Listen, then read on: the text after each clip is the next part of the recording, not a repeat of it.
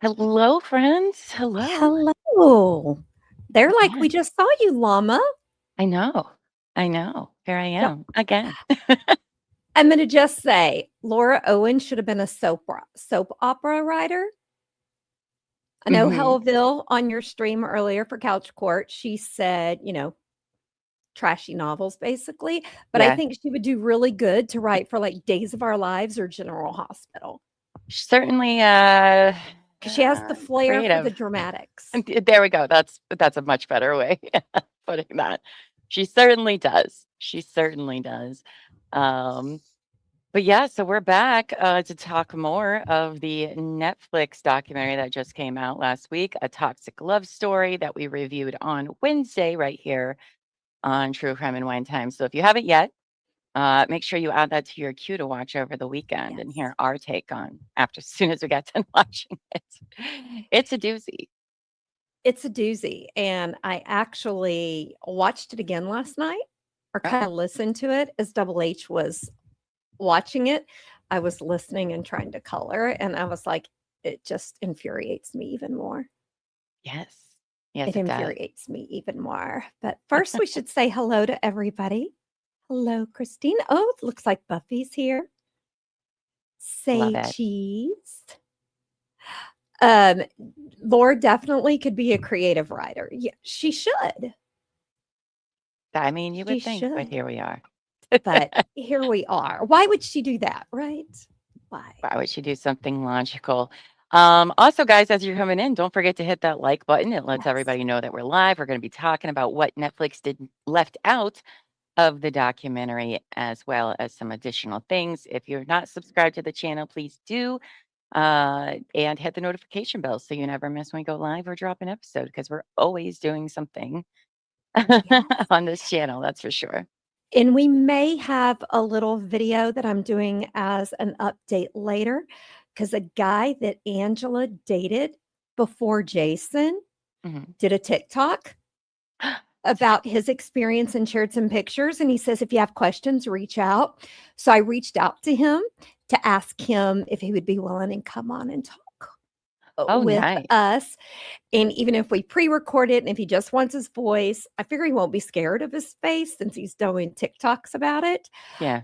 Um, but I've like, she's always been this way. Buffy, you are the one who sent it to me. Thank you. I couldn't remember exactly who sent it to me, so I didn't want to say thank you because it was either you or Kelly. So I appreciate it, but I've reached out to him. I have I, reached out to him. Speaking of Kelly, speaking of Kelly, hi, Kelly. Well, and that was when we talked about this on Wednesday, was also one of my questions is what were the past mhm. I mean, Angela, we got some like past with the fake cancer Hadn't thing found and any for whatnot, Ian yet that have but spoken. Ian, I am just assuming that with the way that he was kind of with 2 women, I imagine that there were previous ones, but we don't know. We don't know. So, now I could also understand, if so, because it did seem, if you wanna go with Michelle's story, that there was abuse and control there. Perhaps maybe that is the other, Mhm. experiences of other women, and they don't wanna come forward because of Right. how that can be, which is completely, respectfully, you know, But their business and their choice, and we're not entitled to any but of if that. anybody is seeing this or hears it and you want to email us anonymously about your experience, don't even have to tell us the year or anything. Mhm. I'm okay with that. Just reading it so we would know. Yeah, I Because mean, I'm just curious. did Angela influence him to become a liar? Because being controlling and abusive and then jump to creating these big, huge fabricated stories like Angela did, I want to know egg, chicken, cart, horse. I want to know, was it a perfect storm? That Who those are the influenced who? questions that we still have, from this documentary is, okay, Yeah. well, did Angela do this all? Did she? I mean, I would she pled guilty. She, as far as I'm aware, and obviously I've not super, like, deep dive this, but she never said anything about Ian having anything to do with it. And now he's in federal prison over it. And Mhm. so that also is like, okay, well, why was she so loyal to him by not Mhm. outing him if he had something to do with it? And then the fake pregnancy. I mean, there's still so many of Yeah. what what happened first here. What is the truth? I mean, Yeah. his Thank friend you. Leslie does say, I wish people would tell the truth, though, I mean, that's Leslie, reach debatable, out to but me if you want to share his truths with us. I would love to, because I don't want to assign blame that I don't know. We know for sure that Angela has a history of the lies well, because and see, here's these huge fabricated stories. well, and then when I was thinking, because I have not stopped thinking about this at all since then, because I was like back to like, well, Angela, why didn't she throw him under the bus if they did it together, right? But then Exactly. I was like, well, she's already been deemed a liar. So did they take anything if she did say something, did they even take it seriously because she That's has true. lied about serious things in the past? And That's that's true. why it took because it was still how many years? 4, That's 5 years mhm. later? So that makes me wonder if she had said anything and we just don't know because she's not a credible person at all. Um, but I don't know. So many questions. Yeah. But you're here to give us some answers today, Yes, possibly. we are. So, wanted to start with kind of the timeline. You need her interrogation videos. I've put in a request for all of the files, but I just did it on Wednesday. Mm. So, if we get them, we can share them later, but I haven't gotten them yet. Um, now, wanted to share a timeline because to me, I didn't feel that the timeline was very good No, in it the wasn't. Netflix video for me. And they left out some information. I will recommend to everybody, because we can't share the clips from the Dateline episode. Diabolical was done in 2017. They give you more Mm. of the information than Netflix did. Oh, okay. Like You said it's little called Diabolical, is the episode? Diabolical season 25, episode 21. Mm. I watched it again last night as well. Oh, okay. Because I did, me, I did reach out to Dateline and I did email Josh Mankiewicz and asking if I could play 3 clips and gave them the times and the amount. And of course, I haven't heard back. Come on, Josh. Come Um, on. I'm just kidding. but we are going to play interview clips from the binge. And if you want to see the whole episode, it is linked in the description, I believe. If not, we can give it to you. You can go and see her full interview with them, and it's on YouTube. Her being Michelle Hadley.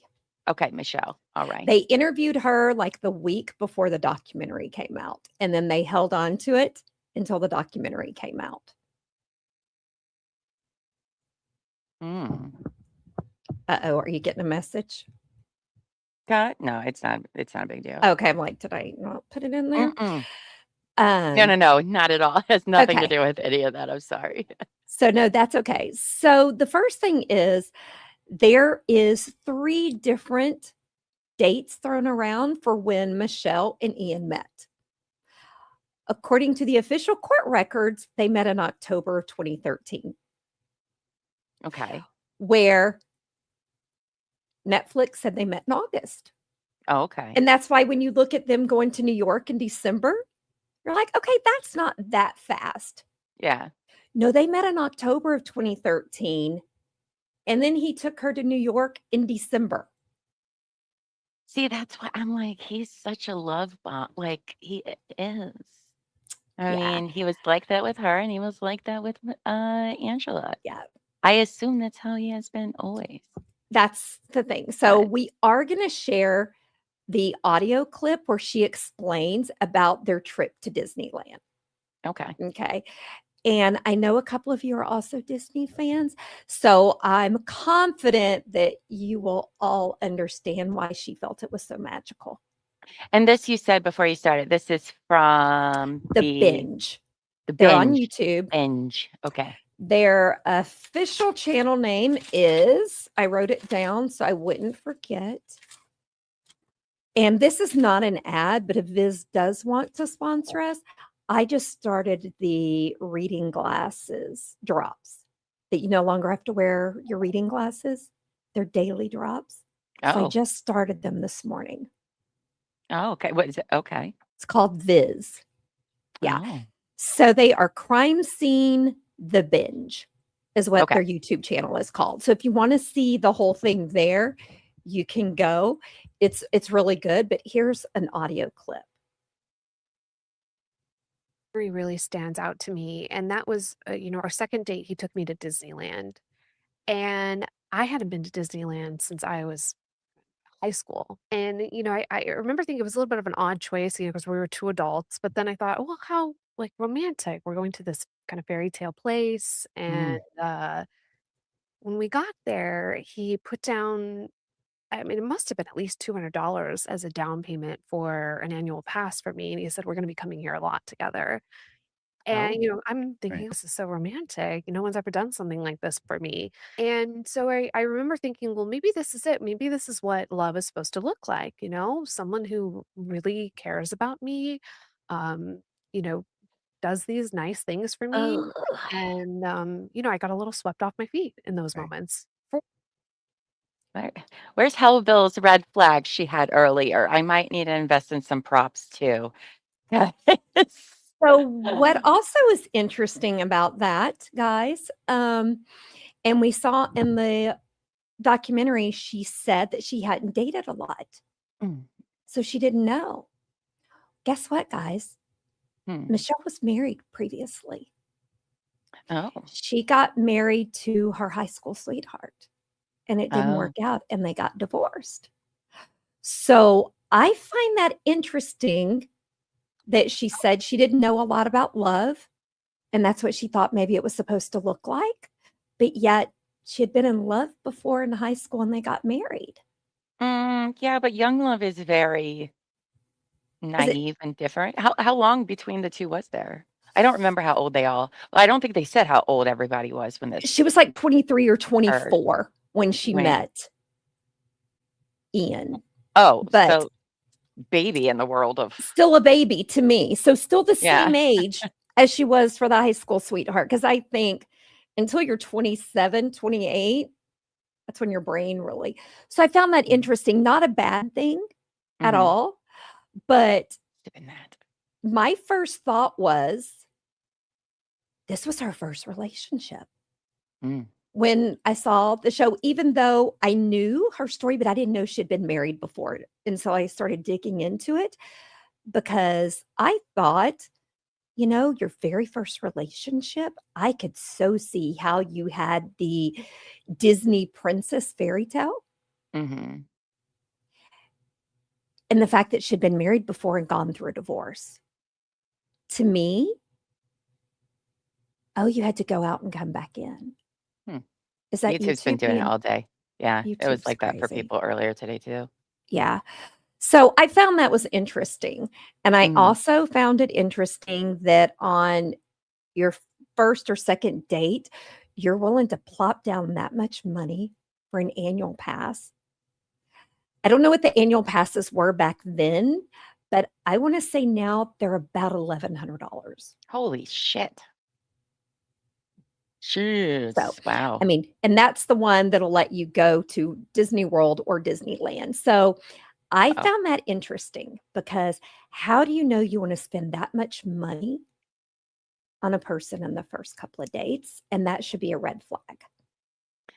Yeah, but if she went from being married to divorce and not really dating anyone right to Ian, Well, she she hasn't was even dating seen other red people. flags. Oh, And that okay. is something, if you go and watch the Binge's interview Uh, with her, she, at the time she was dating Ian, she also had met a guy online who had long hair, rode a motorcycle, was more the bad boy. oh. And she talks about she picked Ian to continue dating because he'd gone through a background check. He was a US Marshal. Mm. He wanted a wife and he wanted kids and he wanted to settle down. Sometimes it's a trap, y'all. Sometimes it's a trap, y'all. And what I found interesting about her saying that when I watched I watched that interview after the Netflix show is I'm thinking, Leslie, why weren't you as excited about him dating Michelle? And why didn't you mention that he thought the same thing when he met Michelle? Mhm. I mean, she could have said stuff and they just cut it out of the documentary. Could be that, but it's a very interesting, because him and Michelle dated for like 2 years, right? Mhm. Their relationship was a pretty long one, unlike him and Angela, which was a whole 8 months, Right. right? Okay. Just wanted to make sure my brain is still remembering things from Yeah. Wednesday. So, interesting.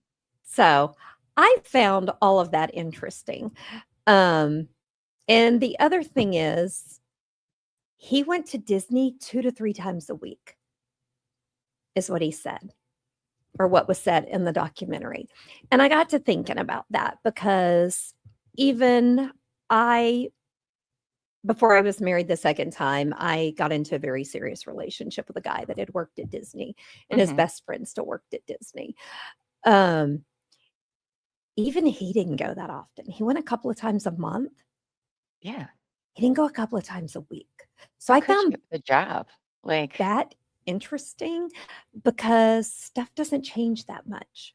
well, I'm gonna go with he kept taking dates 2 to 3 Do times you a week think is what I and that's think. what I was Yes. wondering, do you think he was taking dates? Yes. I think that's part of his dating MO, if you ask me. I don't know for sure, but to me, as soon as he said that, I was like, "Bro, this is to try to get women, 100%." So you Not think saying it was again, all yeah, I about for him, yes, I okay.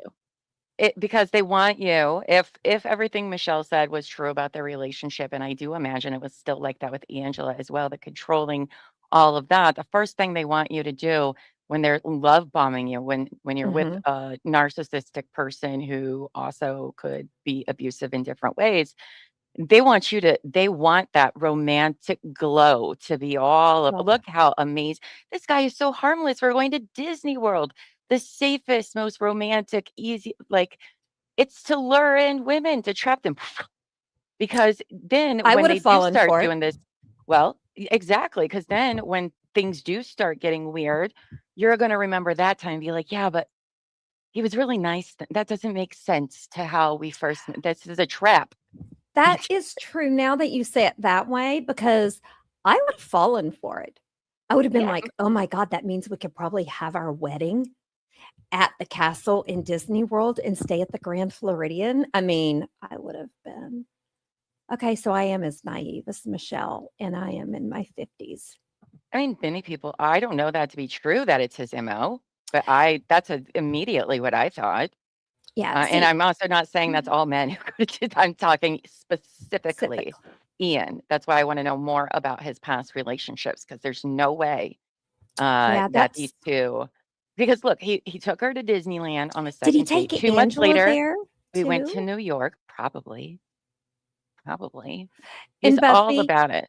I agree they go all the time, but 2 to 3 times a week? The more I thought about that and I had to start thinking, because I'll be honest, I thought it was weird when Mark one time went and he went to see friends and he went by himself to Disney World. And I at first was like, okay, why is he going to Disney World by himself? Isn't that weird? Is there another girl? And I started thinking all of those things. But now I have to admit, I've gone by myself without a Mm. date or without kids. So it's not weird. But back when I was in my 20s, I thought it was weird. But to go 2 to 3 times a week by Yeah. yourself, that doesn't make sense, actually. My only thing I could think of, unless you're going just to go to the restaurants inside the park, because they Oh, have amazing restaurants. could be, okay. But So at you would need a Disneyland, pass, though, to go yes. to those, okay. I've never And been to it's either. I don't and care it's to. one reason Disneyland in downtown Disney, they have a couple of really nice restaurants that are outside of the park. Okay. Also, because you can drink alcohol outside of Disneyland Park. Disney World, you can drink in the park. Yes, single rider, I learned that experience, and I have to tell you, even if you go with somebody else, act like you're both single, get in line a couple apart because you're probably going to wind up riding together. Because if there's only 3 people on the ride and they need a 4th, they pull in single riders. So you don't have to wait in the hour-long ride. You Oh, go to the front. I see. That makes I was like, I don't understand what single rider means, but now okay. I see. Yeah. So now you see what that's about. Now, we know that Michelle says Ian started go to Disney to get your steps. That is true. Talks about him becoming more controlling. Mhm. Okay. And I hope I have the audio set up right. For some reason, the timestamp is showing a little bit different now that I exported it. So hopefully it's okay. I am new at doing this. Okay. Let's see. That's true. Food the whole time, you know? So, I mean, I'm sure they were like, "Oh god, we don't want to invite her again," and they Sorry. Nope, it didn't. I may have to go back and for domination. And that is where, you know, when you get into these coercively controlling relationships, that's what they're all about, right? Every single abusive relationship you look at, everything the abuser does is all about gaining control and power over the victim. Mhm. And so, you know, when Ian was disrupting my sleep patterns, right? Well, okay, he's weakening me so that I can't stand up to him, right? Because I'm too tired, I'm too disoriented. You know, when he is monitoring my whereabouts, or even, you know, there was one instance where he actually showed up with me at a thing that was supposed to be just like a girls' gathering, and I hadn't even told him it's just a girls' gathering, and he just shows up. You know, it was an isolation tactic, right? To make Absolutely. sure not only that my friends were like, "Oh, we don't know if we want to invite Michelle because she's gonna have her guy here, and he's gonna sit there all," you know. I mean, he sat there and it was like just a mood the whole time, you know. I found that weird. Which And part? all of it. Mm, If your girlfriend is going to an all-girls dinner, why would you just show up? exactly. Because 'Cause you're a piece of shit. It's I trying mean, to control. I mean, she talked about he wanted her to wear certain clothes in the mhm. documentary. He wanted her Yeah, to do her makeup different, and he wanted her to wear fake nails. Um, I didn't find those things as controlling mm, because I took it as like if my husband would say, "Hey, I really like it when you wear this." mm, And then when we go out, he'll go, "You know that dress I really like? I would love if you'd wear it tonight." But then listening to her interview on the Binge, and then hearing that clip that he just showed up at dinner, I was like, "No, he was absolutely controlling what mhm. she wore." It wasn't just, "That's what I like. Would you do it every No, now and then?" those are very different things. Yeah. But, Very he different also things. showed up so that way her friends would tell her, "Hey, by the way, this guy fucking sucks." Mhm. And she would be like, "Well, yeah, but, like, he's actually really not we went and did all this stuff together." I think it's to pit the 2 against one another is what it is, to fracture those relationships. It Mhm. happens, it's a very common tactic. And again, for this, grown ass man to be this is not the first time he's done this. I refuse to believe that. You Right. don't just become that way with one relationship when you've been through many before. You're not, I don't believe that one second. Um, and I'm also curious about how much this was also with Angela. I don't know. Right. And So, then did we just not know? mhm, Not know. So the other interesting thing, so they started dating in October mhm. and then Valentine's Day in 2014. So that Oh, is less than 6 months. mhm. Okay, and first off, I'm gonna say, everybody has their own kinks. I am not kink shaming at all. Okay, Absolutely. guys? I'm not. Do I think you should do it on Valentine's Day, my favorite day of the year? Abso-freaking-lutely not. But if you're both into it, go for it, okay? I want to read you, and Mom, if you want, we can split it up. She tells about what actually happened in her civil court filing. Mm. Okay, And I'm gonna just be honest, go it's ahead. put it on the screen for Crazy. you. Now, we're not going to read the whole document, but I have highlighted the colors, so it's not Oh. long. So why Can don't you you read it? zoom it? Because I can't. You're gonna have to zoom in on it a lot. By the way, How do I do that? right there. Is that Do it enough? again. No, do it one more time. There you go. Can you see it? Yes. Let me Okay, I'll actually. let you read it since There we you go. haven't read it before.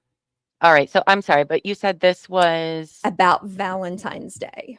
but this is her civil lawsuit Her civil against lawsuit, she sued Anaheim.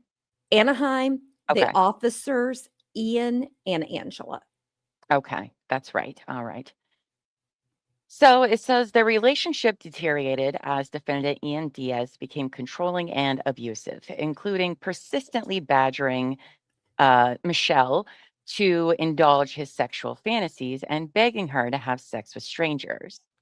On February 14th, 2024, while Michelle was sick and taking cold medication, she finally gave in to defendant Ian Diaz's demands, at which point he arranged for a stranger from Craigslist to come over, gave Michelle shots of whiskey, and set up cameras in their bedroom. Oh boy.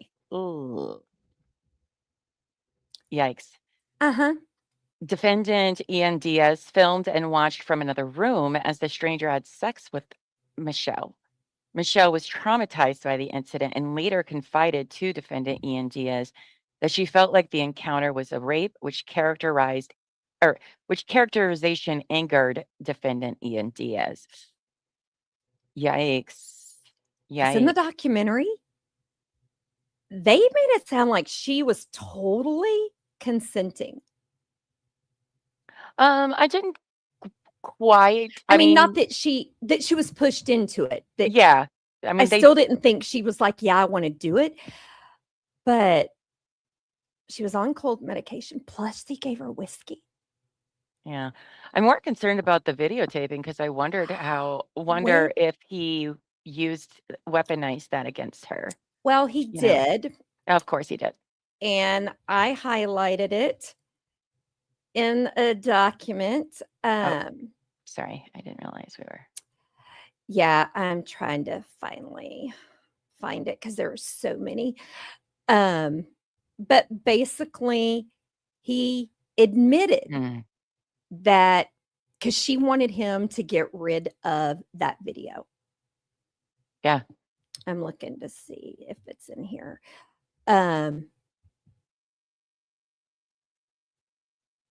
It's not. But he asked her, she asked him to get rid of the video. Yeah. He admits that he told her he did, but he didn't. And that he still watched it for self gratification time. Not surprised. Not surprised one bit. Not at all. Anybody? Again. I mean, that is, I'm trying to find it.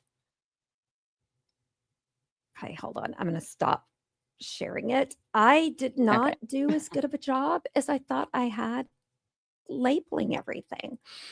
But he admits that he hadn't and that he still watched it. Savage may not have morals, but he has standards. That's funny. It's true. Okay. So I found that creepy. Yeah. Yeah. Because for him to get rid of it would be releasing that control, and he can't do that. He cannot do that because he actually gets his jollies off, not so much from what he's watching, but what he was able to make somebody do. It has Yeah. nothing to do with the act itself, in my opinion. It usually doesn't. So Yeah. So I found that to be very, very interesting. mhm. I'm trying to read. So we know they got, okay, so I was wrong. This is why I've got to look at the timeline. They met in October 2013. They did not go to New York until the following December. Oh, so a whole year later. a whole year later. And that's when he proposed, where Netflix documentary made it sound like it was all in the same year. Mhm. So I had it backwards in my mind. Negla, yes, they did. There was a Law and Order SVU episode that is off of this real story Oh. because Olivia Benson got the guy, just so everybody knows. But so they got Spoilers. engaged No, I'm just kidding. in Rockefeller Center in Mhm. December, which is one of the most magical times in New York. Yeah. I mean, am I the only one who thinks that? But when they get back is when he starts pushing the idea of them moving in together or buying a condo together. Okay. And they agree, but it's new construction. So they purchase it, but then they don't move in until June. So we're in 2015 right now, right? Yes. So Okay. February, March, they decide to do it. They're approved. She puts down the down payment, which if you're moving in with somebody and you're not married, do not put up all of the money. Or, you know, That or put it in only your name. yeah. Am I wrong to think that? No, Am I I don't. I that think it's jaded? smarter, but or we're jaded. I don't know. I don't trust anybody with that stuff. But I don't think anyone is. I don't think everyone is like nefarious when that happens. But I do think this was done with nefarious purposes from Ian's part If you'd from the been very beginning. dating for 5 years, I would maybe do it. I That's don't true know. because not everybody wants to get married. For example, Right. Wolfie and I have been together for 14 years. We See, we are not married. I don't really have any intentions of get. It's our thing, by the way. It's a y'all, me thing. that would make Um, sense if one but of you did it. absolutely. I think when you're with somebody, it doesn't really matter if you're married or not. But the amount of time that you've been together, though, I think it's very important to take in. I mean, they haven't lived together yet. Right. To buy, like, it's such a big step that Mhm. also, if things go off the rails, is going to cost a lot of money. Again, Mhm. so I It's think that it should you just take some extra, don't get caught up mhm. in your lovey-dovey feelings. All right. Especially when it's a $475,000 condo, Holy shit. which Well, it is I California, so that makes in sense, but downtown Disney, wow. area in Anaheim, Oh, you're not getting a lot for your money. Let's that's just be right. honest. Because you did say it was very close Oh, proximity to the park. you could see the fireworks at night, which Because I is didn't my pick up on dream. that. Which is my dream. And then she put down the 15,000. So that meant they were carrying a $460,000 mortgage. So that means their payment was what, 3 or 4 grand Holy a shit. month? Wow. Yeah. So I found that interesting. But then the other thing I found weird, then they move in late June. You don't have time to research the facts. Their facts weren't wrong. They just didn't tell the whole story. Mm. They just didn't tell the whole story. But I also found it interesting that she said his controlling behavior escalated. Well, it escalated because he had you 24 hours a day. You lived Yeah. with him. You could no Mhm. longer leave. And then when she said he put cameras inside the house, in the kitchen. It's weird. Now, we have a camera that sees part of our kitchen only because from that viewpoint, you get the back door from the veranda, the front door, and one of the garage doors. It is the only part of the house because it's central. People come in the house, they would have Right. to walk through the kitchen to get to our bedroom. So you would see them on camera. Mhm. Right. Other than that, why would you put a camera there? And Well, I why? have a theory. I don't think What? it's not just about controlling her whereabouts. I think Ian is a bit of a voyeur as well. considering how the whole Valentine's Day situation played out. I think he has a bit of voyeurism uh, Do you think he had as cameras well. in other parts that she didn't know about? Absolutely. Because I Absolutely. absolutely, and that's why, wanted y'all to know about the bedroom part. Because if you have one in the kitchen, he could set one up really easily in the bedroom. Absolutely. I would not be surprised at all. Because we saw the I think it was for clip. 2 reasons, Mhm. right? But if he gets off because of the control, that's gonna make the video even more so. So it's like 2 birds, 1 stone for his gratification there is like, "Look, you don't even know how much I'm controlling your environment." And I think that's what it's about for him, but that's just my opinion. I'm not like a fucking, expert or anything in things, but that's the vibe I pick up. Well, then I got to thinking about the driving situation. Here he had proposed in December, so this is just in June, July, Mhm. later. They haven't even been engaged a year. And yet he tells her, he takes the ring and he tells her she's not going to get it back till she behaves. Mhm. And then he tells her to get out of the car, but then he calls her crazy for opening the door to get out of the car. Yeah. I I don't think he was expecting her to get out. Okay, I that's think what it I was was one of wondering. those where, like, I'm gonna see if they're gonna defy me, Okay. and she did by trying to get out of the car, and he was like, "Nope," and then he took the ring back, so he had that control back. And you'll get this back when you behave, which means you didn't get out of the car, or you tried to get out of the car and disobey me.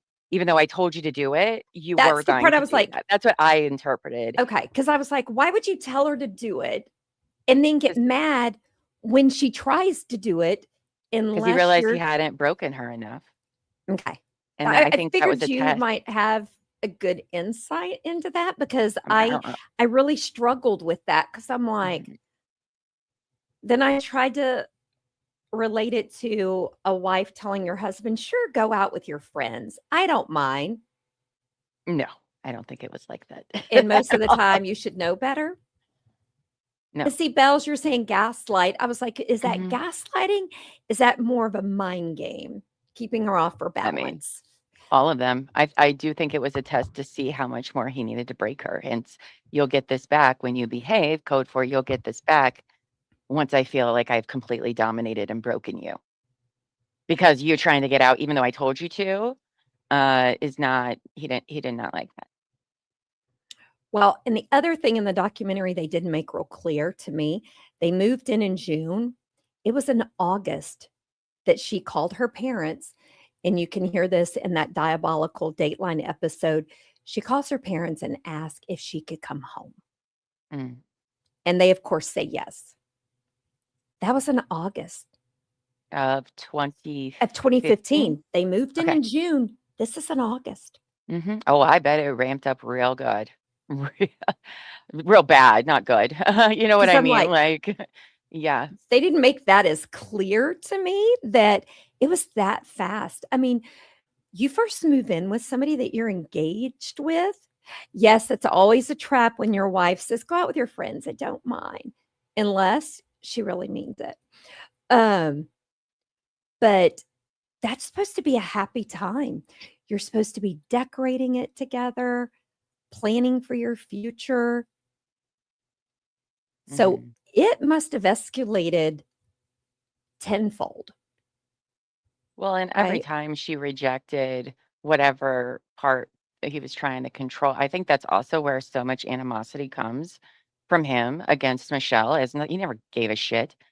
It was he had it out for her because she wouldn't just submit to all of it. And there's nothing that bothers an abuser and narcissist more Than than that. leaving and being like, "Fuck you, buddy. You're not gonna have." There's nothing they hate more than that.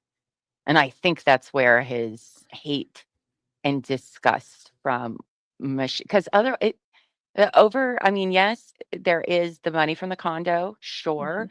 but it's always more than one thing. But Right. the fact that he wanted to go so far to frame her for this crazy shit, it's something much darker than that, than just a condo. So, Well, and I also found it interesting. I know engagement rings do not have to cost thousands of dollars. mhm, But I found several news reports that it was a very nice ring and it mm, cost some money. And I'm like, I wonder, is that the excuse he gave her that he couldn't pay part of the down payment? Was because I just bought you that ring? could be. Probably cheaper than a down payment for a $500,000 condo, I'll tell you that. And when she ended the engagement and she left the condo, she gave the ring back. Good. So she did it the right way. Mm. So she did it the right way. Then I have other questions that I would hope somebody can help me answer. How come Ian was approved for the mortgage to buy it with her, but then his credit was too bad to refinance it? I mean, maybe when they bought it, he was putting everything on credit and then just defaulted and wasn't able to. I don't know. It's a good question. I have lots of questions about the whole condo situation and how it was be able to. I don't know. Because I feel like there has to be some stuff that happened before she went to jail, because I don't think that's enough to just give it fully over to him legally, unless she signed something, or I don't know. and she didn't, because they had filed an agreement in court that he would, by a certain amount of time, refinance it or they would sell it and split the profits. Okay. But that brings me to the next thing that we talked about. How did he legally sell it without her permission and signing it? Well, there has to be something. There has to be. I mean, no realtor is going to risk their ass for anybody. So, so Um, say Cheese said he was added to the title, but it was on her income and down payment, but he was on the mm, mortgage note. Wouldn't he have to be on the mortgage to sell it? You can't sell it if you're just on the title. That's why because when me and my ex-husband broke up and the house situation, I wound up buying it from him. I had to sign twice, once to sell it with him as the seller, and then I had to sign it to be the buyer. So okay. how did he sell it without her? Mm. I mean, I don't. There has to be something. Wouldn't there be property records That's I that don't we could know. like look at or something? I don't I know. I went don't know anything about this I got area. property thing from, it was in their name and that it was sold, but I couldn't get closing docs to see who signed it, Mm, because I know there was a case in California where the husband was in prison. The wife, even though the guy was sent to prison for life without parole, she couldn't sell their house without his agreement, and she had to take him to court. mm. See, Okay. that's what I'm thinking too. Michelle would have had to sign something. And if this happened when she was in jail, then, that very well could have been like, I need money for a lawyer for this crazy shit I'm being, accused of, that I don't know. Maybe she signed something for a little bit of money up front and then he could get whatever. I don't know, but I would think so. Not Um, that I could find, mm, because she says, she never got her down payment back and she never got money from the sale of the condo. But when she sued him and Angela, she does wind up getting a settlement from him. I was about to ask, was this brought up in her civil lawsuit? It doesn't say about the purchase or the selling of the condo. Hmm, And if you want to look, the whole weird. document is on our drive, because Okay. I highlighted a bunch of stuff, but I Uh-huh. didn't see that. Which is So, interesting that if it's not in there, that's because because isn't that she must have illegal? signed. Well, but that's the thing, she already has a lawsuit going about it. Why not put it in there if that's the case? But if she's not arguing it, then something had to have okayed it, Yeah. would be my guess. I So mean, the only thing that uh-huh. I will share it. This is the only thing I found about the property, that Ian Diaz continued to reside at the property, which became a point of contention between him and Michelle. On November 24th, 2015, the two entered into Oh, an agreement by which Ian Diaz would pay $3,000 in exchange for a quit claim deed. I don't know what a quit claim deed I mean, is. she just signed over her thing to him. That's exactly what that means.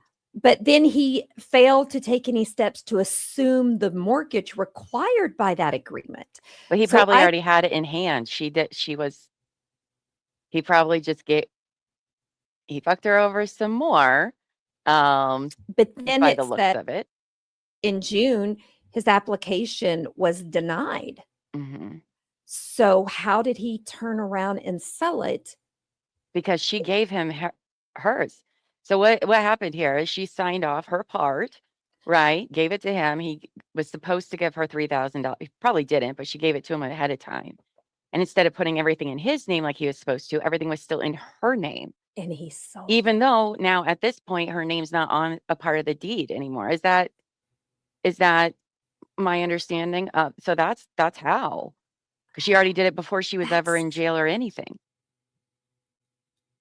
see, So, to me, that confused me mhm. because we had a quit claim, me and my ex-husband, that if I didn't assume it by a certain date, he got $5,000, I think it was. And if I didn't sell it by a certain day or assume it, we had to sell it.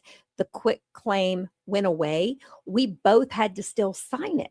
That's why I was like, was Well, I mean, California doing a California thing? this could have been a more personal decision agreement that they had. It could have also been like maybe that was the agreement, but by then she was in jail. So he just went ahead and went there. She wasn't able there to contest any of it, and it just went through. But it does seem like she did already sign it away Sign it. before Okay. he and So Angela did what that's they how. did. Because I could see her saying, "I don't want my deposit, my down payment back, 3,000. I just want you gone. I want my name off of it." Yeah, because no way the down payment was just $3,000. No, because she No put down way. 15 grand. But yeah, that would be my guess. So yeah, there's your answer to that. Okay, So so I just found all of that interesting because the refinance never happened. So if you have an agreement he's going to refinance it and he doesn't, that quit claim should not be valid. he sold it then. So he Once he turned wasn't around and approved, sold he it. sold it. Exactly. Which he could do. And again, that's why you don't give people until they fulfill their thing. Probably not do that. But okay, so that definitely explains then how all of that was Okay, able that to go down. explains. So And she's that a it predated the arrest of Michelle. arrest. Mhm. Yes. Now Ian and Angela Connell, they met at a Starbucks encounter, which I still wonder if they didn't meet online first and agreed to meet up at Starbucks. Because how did these two really meet? Because I got to thinking about it. I've Yeah. met people in the line before at Starbucks, but not The universe does mysterious things. I've never exchanged phone numbers with somebody after a quick thing like that. What's the uh serendipitous is is the word for it. Because what are the odds these two met each other? In late January, and then they got married in February. It was 3 weeks and 4 days. Yeah, isn't that wild? It's almost like this guy has a pattern of behavior. So it makes me wonder, and if I could talk to Michelle, I would want to ask her, did he try to get you to get married immediately? Mm, Because he waited longer to propose. yeah, could be. Why was it so why did he move so quickly with Angela when he didn't with Michelle? Oh, because she got pregnant with twins, maybe. Well, they were already married when she got pregnant. Oh, She were they? found out Okay. she was pregnant 2 to 3 weeks later. After they Mhm. got married. Yes. Okay, because again, they were not clear about Yeah. times and dates and The stuff. And closest I okay, could find was it was in spring, okay. March. So it's like if they got married in February, March. But why then fake a pregnancy when you're That's already and you're married? already married. Right. That's weird. I mean, it's already weird to begin with, but okay, So then I want to talk okay. about that. What was her reasoning? Say Cheese asked, so he proposed at Christmas or, in December. And then in March, he brought up the idea of buying the condo and they found it and they bought it. So 3 months after, give or Mhm. take. And then So he closed didn't on move it as like fast. But that leads me to ask, what was Angela? Why did Angela fake the pregnancy if he already married her? and we're sure she faked it. We're like 100% positive that was 100% sure. okay. Just because we don't know who to believe, all right? I could easily see this guy too doing all this and just put it in there and be like, "Look, Leslie, look at what I found." But Um, it but again, she told his friends and family that she okay. was pregnant and they announced it. So that leads me to believe she knew what she was doing. It really is the most epic supernatural crossover that Oh, never happened. Maybe he was keep in threatening to leave. why Maybe. after they just got engaged. I mean, and then they got married. You should be I would love to know her thoughts at why. Because if you remember, Jason, who was Mhm. dating Angela at the same time Ian and Michelle were dating, with him, she faked cervical cancer and dying. Now she's faking that she's giving life. Mhm. I mean, Laura Owens does it too. But how you're already married? What was her end game? Did they have like a wedding, like a whole That thing? I didn't find. I think they just did the quickie. Or maybe people didn't like her, so it was a ploy to get people to like her more or something? I Leslie don't know. loves her. Well, I don't know. I mean, it never So makes sense when people do it in the first place, but right. But I interesting. wondered if you had a thought because of Laura Owens, and it's always twins. We know what Laura's, or we have suspicion of her longtime plan. I can't come up with, I've thought about it a lot. What was Angela's plan? And that's another thing I would like this What is documentary wrong with the needed to way I be say quickie? Do I say Uh, quickie wrong? quickie. I don't know. This needed to be 3 parts. 1, Angela, Michelle, and Ian, And Ian. because we really need more of the backstories of Angela and Ian more than we got, for sure. I do. No Okay. Endgame, just Infinity War. Seichi says, if his pattern of manipulation and boundary crossing continued with her, maybe this was a response to that, a reverse Uno. So it could be, right? I can't do certain things because I'm pregnant and I'm pregnant with twins. So maybe I can't do that. Could be. And maybe it had to do something with the condo. I do think that condo, I don't think it was the main thing, but I do think he saw that as significant for him to win it. Hmm. He felt he deserved it. Yeah. You never know what goes on behind closed doors.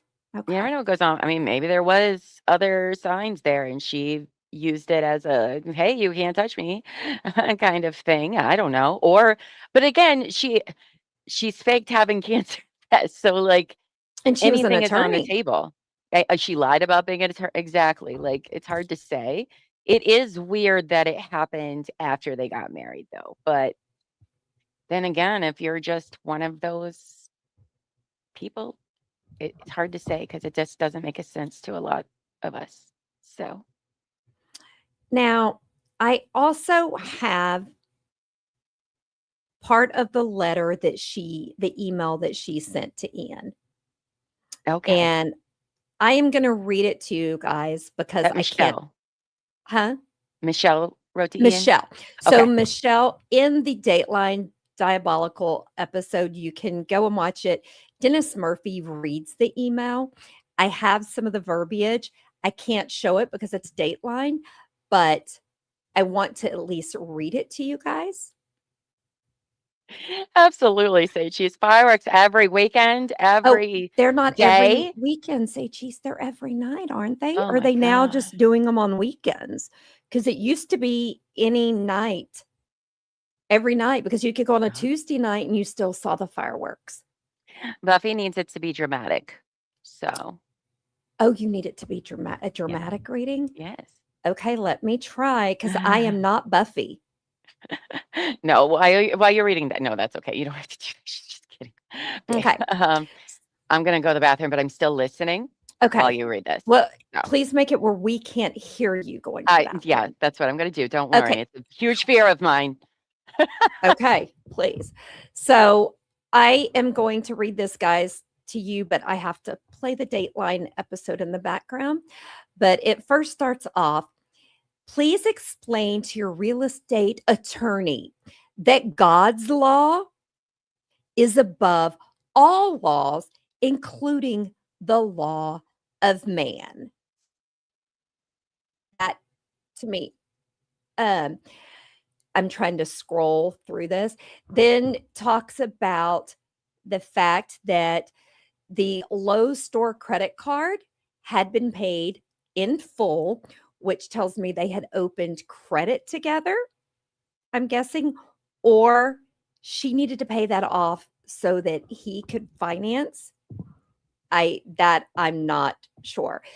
Again, all contracts are made under God's authority, which okay. Lilith, you may try to hide behind the law of man, but it is a weak shield that will bend and crack against the sword of God. And the reason I wanted to read that is because in the Netflix documentary, Michelle says that Ian and Angela picked a good character for her. Yeah. Because, and then she goes in and talks about Lilith. She brings up Lilith in this email to him on September 12th, 2015 at 1 p.m.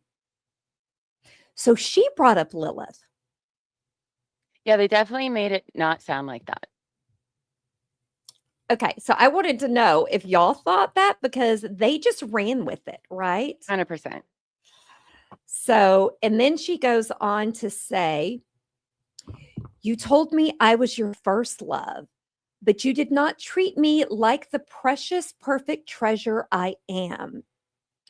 You have sinned against God, and I want my power back because it belongs to us, the daughters of God. I'm sorry, did you say there was a date on this in the timeline? September 12th, 2015. Okay. So this is after that she moves to her parents in August of Yes. 15. This is in September. Okay, thank you. Yes. This is in September. So I get that she was traumatized, but she had to. I want to know why she didn't instantly, when the cops mentioned she's being a restraining order's being filed against her because she's posing as Lilith sending emails. Why didn't she say, wait a minute, I said Lilith in that very first email I sent to him, and it was from my email address. So I would have instantly been saying, I just mentioned Lilith. I didn't do the rest. Anybody? I mean, But she what do seemed you at think? the time of the arrest that, I mean, between this, well, she said this letter that she sent anyway, she was pretty much having a bit of a minty bee because she thought he was stalking her and everything that I think she had a hard time. That paranoia will make you like forget reality, you know? Okay. And then the next part of the letter, okay? Lilith, you may try to hide behind the law of man, but it is a weak shield that will bend and crack against the sword of God. So I also feel like That she sentence was doesn't make calling him sense. Lilith. I was gonna say that also doesn't make that sentence doesn't make sense. That does sound like somebody in psychosis would write that, quite frankly. Okay. I And was I'm like, not saying that lightly, like, that really is. It doesn't make any sense why we're calling the guy Lilith in this situation, let alone it doesn't really make sense with the story to me, but I do think that that sounds like some psychosis rambling a bit, you know? okay. Now, here is part of the declaration that Ian Diaz put. Okay. So I've got to bring this over here and make it bigger. I am the petitioner in the above entitled action. I know of my ex set forth in this declaration are true and not true, Okay. which it's either true or not, right? Mhm. Okay. And this was for the protection. And then he goes on to say, I was in a relationship from August 1st, 2013 to August 29th, 2015. We were Oh, engaged approximately 6 months. well, wait, that date, that that date then could explain where the documentary got that date from, because that's what Ian said. So that's what, right. So, So, I mean, it's crazy. Michelle was living with me in our jointly owned condominium until the relationship ended due to her emotional instability and her infidelity. what? That's what he But says it's in also his Ian. response. Ian sucks, so he's also an unreliable narrator. So, since Michelle moved out, she has been sending harassing and threatening emails. I work as a U.S. Marshal, and after showing my supervisor the threatening emails, he recommended that I seek a domestic violence restraining order, which I had asked when we talked on Wednesday night why he didn't go to his superiors. And he is saying he did. Okay, but he's also an unreliable narrator. So I But he's a can't even U.S. say that's true. Marshal. I can't believe him. I mean, remember too, like as Seichi says, that she thinks Michelle has some mental health issues because it was bananas what she described. But a lot of people, when they're in abusive relationships, that person breaks them down so mentally that they get some serious issues from that. And I think that Ian knew that she was like this because he was purposely doing it to her. He was stalking her. That's, yeah, not quite up for debate because that's what his felony charges are for too, if I remember right. Yeah. Um, Now, her description of finding her soft and but lost in Arizona, I don't know if I call it bananas. I do think she had a yes, dissociative. yes, say cheese. You're so smart. You're so smart. Oh, Perhaps but taping her sleeping with remember the in the documentary, he was sending her Craigslist postings of guys that wanted to sleep I with know, but other. they're not gonna check his stuff for this. He can say whatever the fuck he wants. He's a US Marshal trying to get a restraining order. You don't have to provide proof right away for one, right? Temporary ones are just given out. So he can kind of say whatever. They're not gonna send investigators to check your stuff at this point. Mhm. So, I mean, look at all the shit Laura claims in all of hers. Did the cops investigate any of it? No. That's true. Okay, that's true. So we know she's pregnant. Well, when the condo stuff comes to head in early June, because he was supposed to have it refinanced by June of 2016, that is when Michelle finds out that she's pregnant. Okay, that he's with somebody that's pregnant and he's married. So part of his reasoning was, I'm going to refinance this. It's taken a little bit longer because I just got married. We're having twins, that kind of thing. Okay. He did not tell Michelle Angela's name. Mm, Okay, because it's in the papers. It mm. doesn't. And I was going to read them to you. And Court Rec's having a little bit of problem, but we may have to do it Oh, yeah. later. That's where that was. Okay. In fact, let me go just check my email real quick because they said they would. Oh, they've sent me an email. We are working on it. We will get it. We're hoping our system will be back up in 12 to 24 hours. Hey, That- it wouldn't be this week if there wasn't just tech errors out the ass everywhere. It's been that way since Monday. I don't know So, what's going on, but I'm over it.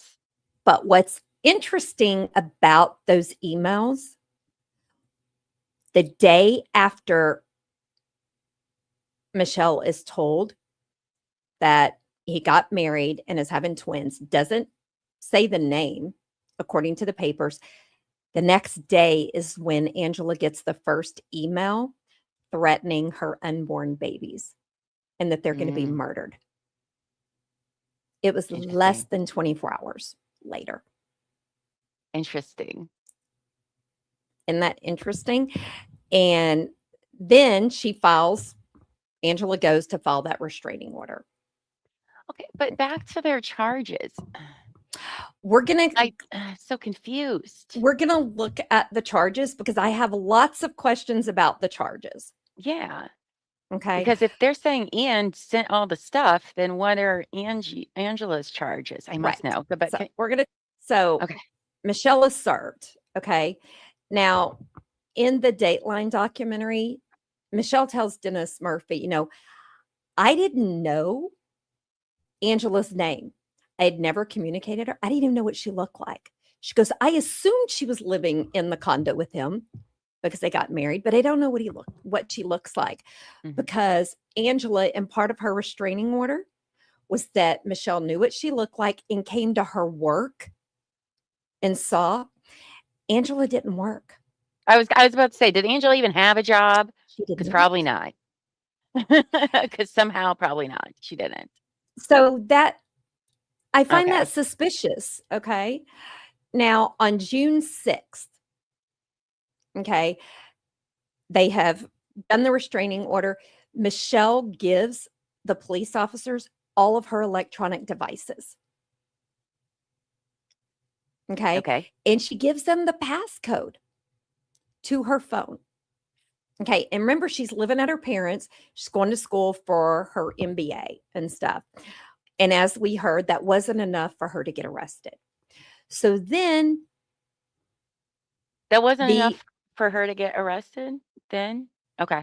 What was the date on that again? I'm sorry. June 6th. June 6th of And then on June 2016. 13th is when the ads from Craigslist and Rape Fantasy advertisements start. And Okay. Angela claims Michelle created the ads. Mhm. Okay. Now, are you ready for this? On June 24th, okay, Michelle is arrested, and they don't tell you this in the documentary. She was arrested the first time for breaking a restraining order from them catching a 17-year-old showed up at Angela and Ian's condo responding to the ad on Craigslist for the Rape Fantasy. And she was arrested for that? And she was arrested because she placed the ad. So they said. Well, right. Allegedly she did. We know that's Mhm. not true, but allegedly they were like, oh, Right. so they arrested her again. Not only that, but a minor, Right. technically, but And then she was released on $100,000 bail. that explains why her next one was like $1 million. And they don't tell you that. Huh. Right? Yeah. So then Yeah, because in the documentary, it's after Rick comes. Right. So this is before Rick, Mhm. the Craigslist This is dude comes. She was arrested Okay. the first time after they put the helicopter. That helicopter went up and they found this 17-year-old. Oh, so that wasn't related to Rick either? No. Oh, So there was 3 guys. The one that went and turned away because he saw Ian on the door thing, right. That's the Rick. 17-year-old, and Okay. then the person whoever attacked her, Well, which I still think it's Ian, but whatever. which we still think isn't. Okay. But then she calls, Angela calls, and no, Michelle gets arrested. Okay. Now, then July 14th. So what, 2 weeks later, 2.5 weeks Yeah. later, Angela calls because she's attacked in the garage. That's where the makeup's on the wall and all of Mhm. that. That is when Michelle is arrested. And it's $1 million bond. So she was arrested and was out on that restraining order bond, which explains why they gave her a higher bond, Yeah. because she broke the restraining order. So she was already arrested, facing charges on that, and she did it again, Allegedly. allegedly. So Remember, because that's wasn't her. why it was so high. So when she was arrested, okay, Michelle was charged with stalking, making criminal threats, multiple counts of attempted forcible rape, and soliciting men to sexually assault Angela. Oh, And it was a $1 million bail, and she was looking at decades to life in prison. wow. But it makes more sense if you're already been arrested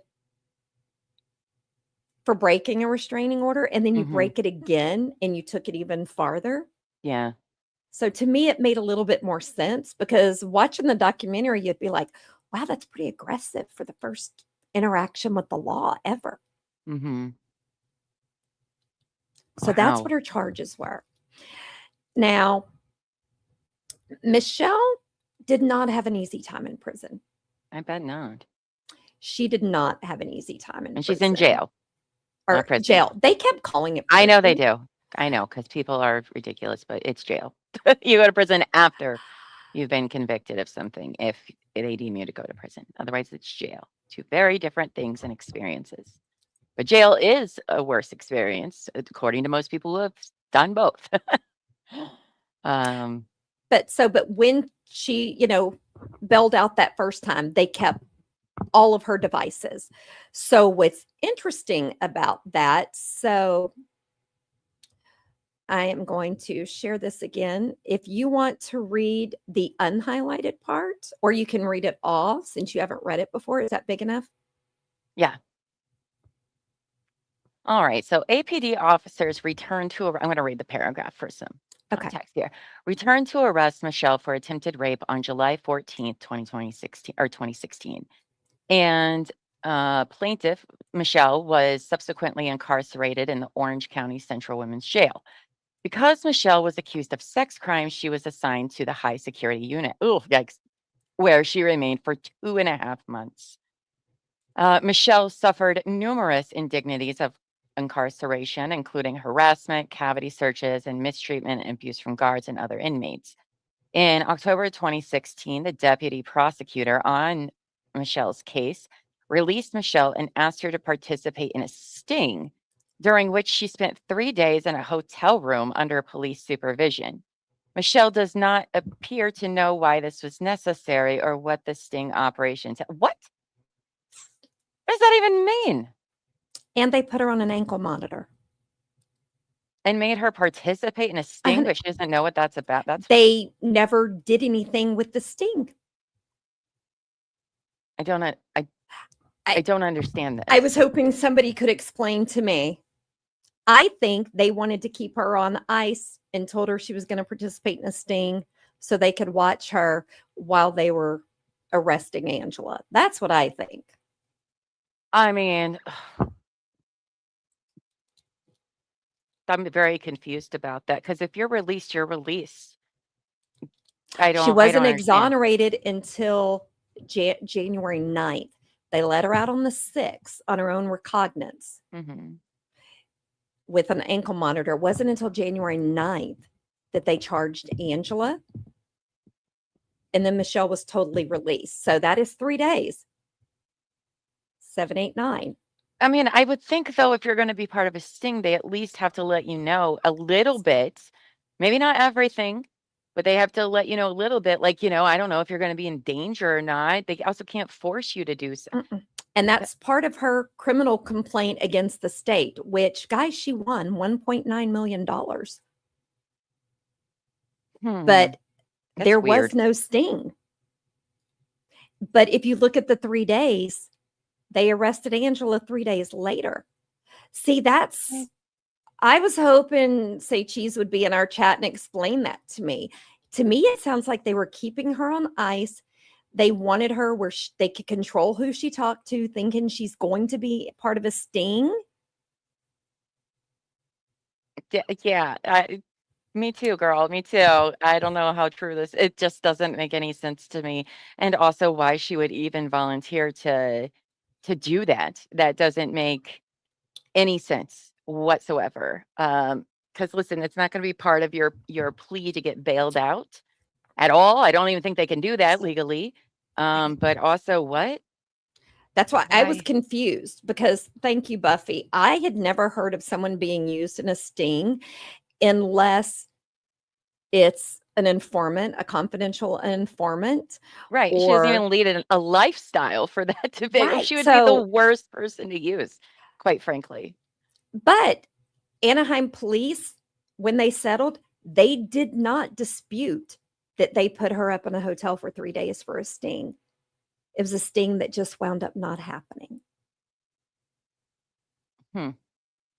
So I think they were keeping her on ice for some reason. Or was this something that Ian was behind and she just thinks it was Anaheim? Because remember, his No, job but the is, Anaheim police are the ones who did it. yeah, but they weren't the only people in that lawsuit, though, right? The others were mentioned. So I don't know. Say Cheese Did says, you? I don't know. Sometimes my clients are released on an ankle monitor, and sometimes they give them a place to stay for a few days. But she would have had a place. She had her parents to go Yeah.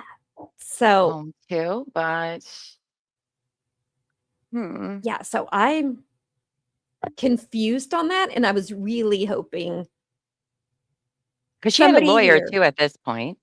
No she did. lawyer is going to be like, yeah, go do that. I have questions about this. Interesting.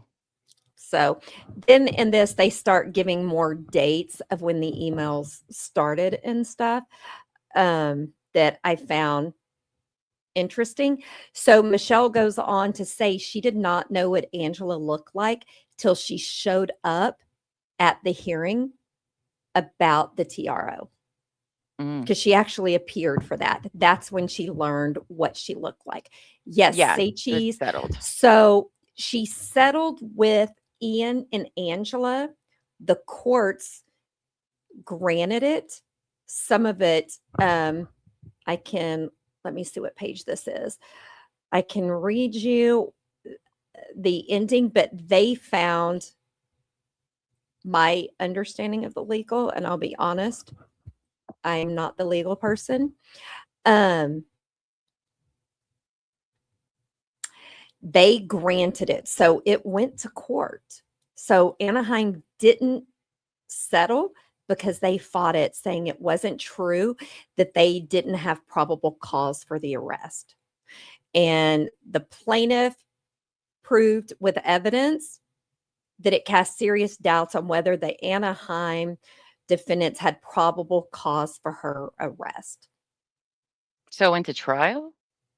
It's what it looks like to me.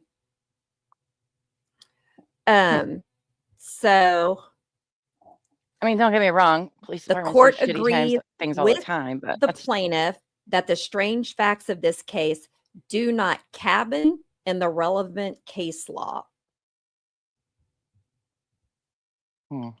So I don't know what that means. But it looks like they're focusing more on the probable cause to arrest her in the first place, not so much on the other accusations. So I don't know. That's just that just doesn't make any sense to me. I mean, listen, they do fucked up shit a lot of time, but that one is absurd to the point where it doesn't make a lot of sense, but who knows? Now, here was Dian's argument. Ian Diaz argues that he cannot be liable for malicious prosecution because the evidence shows that he was not actively instrumental in Michelle's prosecution. Ian Diaz, MSJ, I don't know what that stands for, responds that the evidence does not support the defendant's position. Okay.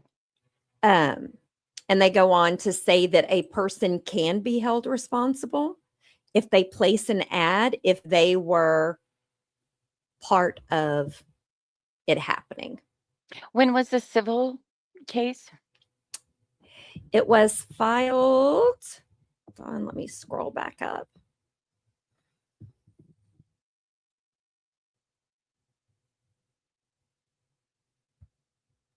It doesn't say it at the top. It doesn't say it at the top, unless I've made it so Wait, big. hold on. Hold on, because What does it say there at the very top in the top corner? Michelle Hadley, Anaheim. Oh, it doesn't. As I say, Doesn't I say don't when it was. see Oh, the wait. date. Mm. Is that 18? Wait, go all the way down. Go scroll all the way down for the signature. It'll have a date at the very end on the last page. There you go. 2020. September 18th, 2020. So this is before Ian gets convicted. Yes. Because that's in 2021.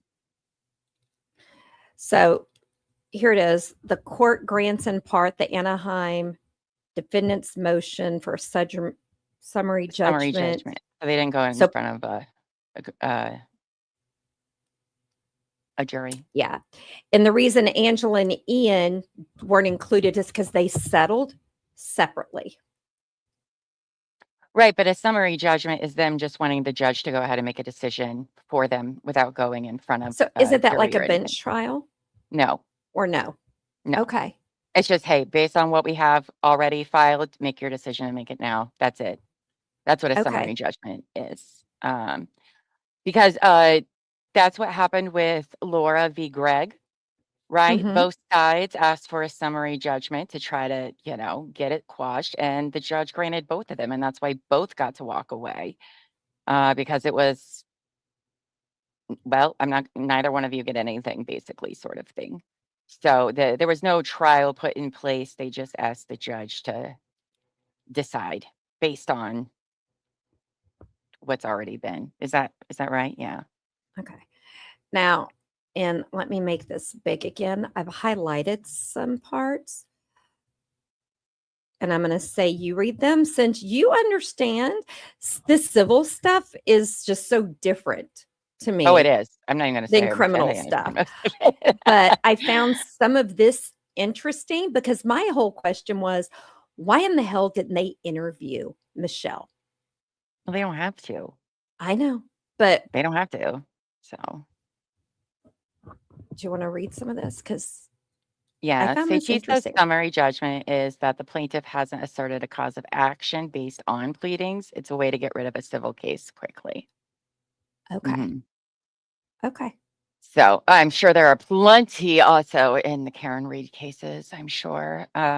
We just So haven't instead gotten of to those yet, but- testifying or having a trial, you put your testimony in writing, I guess, for the judge to make a judgment. No, it's more like, hey, do they even have a ground to stand on to go? No? All right, then just say, this is dismissed or whatever. Okay. Um, But if you look at the dates on these, this is Mhm. what I find very interesting. okay, so probable cause in question. Michelle offers the following exculpatory evidence to suggest that her first arrest on June 24th, 2016 was not supported by probable cause. Okay. 1, on June 18th, 2016, defendant Kuna, Kuna, who's one of the detectives. received warrant returns linking a June 11th, 2016 rape fantasy advertisement to defendant Ian Diaz's email account. Defendant Ian Diaz subsequently confirmed the email address was his and admitted that he had corresponded with the poster of the advertisement. On June 21st, 2016, Defendant Kuna received warrant returns for the Lilith is Truth. Oh, there we Oh, go. sorry. Outlook email address from which the offending emails were sent. The warrant returns above showed that 9 of the abusive emails were sent from an IP address already known to defendant Kuna as defendant Ian Diaz. Oh, So that's not how great did they arrest her? because they did so without probable cause. That's why, because they broke the law to do So, so. That's I why. mean, don't most cops, if you've served the warrant, you've gotten the information back and you know it couldn't have been her? Is it because he was a marshal? I would say possibly, there's that law enforcement bond perhaps, or, here's the thing, many women are not necessarily believed as much as men are at all, really, And, and in if you many such also ways. notice that first one, that they linked the email address advertisement to Ian Diaz's email account. Ian admits that he corresponded with the poster of the advertisement. Hmm. Okay, they did a search warrant to see who posted it. Yes, Dean, you did hear that correctly. It's wild. So why did it take them 5 years to arrest Ian? If they knew this back on June 11th, that he posted Mhm. the advertisement? Oh, I can tell you why, because they didn't wanna take any responsibility for getting it wrong. That's why. Because I'm sorry, but, law enforcement is not gonna sit there and be like, "Yep, sorry, we made a very illegal mistake. We're sorry." No, they But don't they don't this is do all that. done before. I know, that's what I'm saying. That's why they didn't do it. Plus, they had Angela. So, as long as they don't admit to that they already knew this to begin with, then that's probably why. The DOJ had to do their own investigation, and those were points the DOJ brought up, like, "Whoa, wait a second. Well, We have this coming from here." So, here's I the don't next thing that they didn't tell us in the Netflix documentary. So okay. defendant Kunhan knew that Michelle had filed a complaint about Ian Diaz's abusive behavior with the Department of Justice. Mhm. So she did this in June of 2016. I had contacted defendant Lee. Who's defendant Lee? Of course, she believed defendant has and/or well, So he's one of the other okay. Anaheim cops that were Okay. included in the lawsuit. I wasn't sure if DOJ was included in the lawsuit, and that's what I was asking. No, because they were the good Mm. people. They helped get to the. So once again, if they knew this, Oh, what because the because the government takes their sweetest time. They're gonna make sure they have all of the things they need before they go arresting your ass most of the time. but they So, arrested Michelle knowing that she had filed this complaint? the DOJ did not arrest Michelle. Anaheim arrested Michelle. Okay, that's what I'm saying. But why did Anaheim arrest her when they knew she had filed a complaint with the DOJ? They arrested her after they knew about this. Yeah, because they don't believe women, Terry. And police don't like to admit when they get things wrong. So, yeah, I mean, we see it all the time in things, and this is very much like that. Well, here's the That's why she got a good settlement. Here's the detective's response, and I'm going to let you read it because it makes me mad. Okay. So while reviewing Michelle's phone on June 24, 2016, defendant Kuna saw that Michelle had received an email from Craigslist requesting verification of a fraudulent advertisement posted using her email address. He also saw that Michelle had not verified the advertisement. Notwithstanding the lack of verification, defendant Kuna testified that this contributed to his belief that he had probable cause for plaintiff's arrest. Yeah, because they just wanted to arrest her and get it over with. I mean, they do this shit all the time. I'm not surprised whatsoever about any of that. It's called having your blinders on. You just one focus. You ignore all of the other evidence because you have already convinced yourself that this is what's happening. And here's another problem too, with investigators is they are not anywhere near as equipped to understanding how the internet works. Most of them aren't. That's just, I mean, listen, technology goes very quickly on how it works. It's a lot to keep up on, and most of them don't. And then that's how you end up in situations But like this and many others. okay, maybe I'm a simpleton, but you get a search warrant information back and it says the email is associated with Ian Diaz, not with Michelle Hadley. Mhm. Why is Michelle Hadley arrested and not Ian Diaz? Because the search warrant they applied for was done illegally. Hence the probable cause win. It means they left out this exculpatory evidence. That's what she's arguing. They knew this the whole time and never brought it up in court, didn't give I- it to her lawyer, none of that. I get So- it, and I get why she wins, but I'm like, did the cops just think they were going to get away with it? Yes. Yes. Derry, they always do. The answer to that is always yes. It is always yes. Because they're used to doing this shit and not getting caught, period. And you know what? I bet these guys still had their jobs afterwards, or at least got to keep their pensions, all of the above, because that's what always happens. Savage says, after seeing the Karen Reed shit show and seeing a SWAT team go after Lego, are you really surprised they would arrest someone falsely? You sweet summer child. Exactly. They do it all day, every day. But see, the other interesting thing, and we won't read it all, when she was released from the first time she was arrested out on bail. So when she was released, did they have the notification system? Angela got a notification that the person is bonded out, right? Yes. It's the victim system. Less than an hour and 15 minutes after that notification was sent is when Angela got the next email with threatening information. Michelle was still there filling out her stuff for bail and had no phone or electronic device. Also you have to remember too that this is a very public case, because they took it to the news and everything. Cops really don't want to admit they were wrong when the public knows about the case. Just by the way, they're going to double, triple down more often than not. And they had no choice when it came to Angela. And the only reason they changed course is because Ian and Leslie went to the police and that's the only reason that happened. Had they not went about Angela, bet your ass she still would have been sitting in jail, period. Absolutely, that's what would have happened. And they would have hoped she would have taken a plea deal. Leslie's whole, well, people don't, innocent people don't plead guilty. The fuck they don't. All right. They put all the pressure they possibly can on you to take a guilty plea, period. That's so true. I don't know about That's that. True. Well, and of course, we know that Michelle's parents lost a lot of their business because the media picked up on this.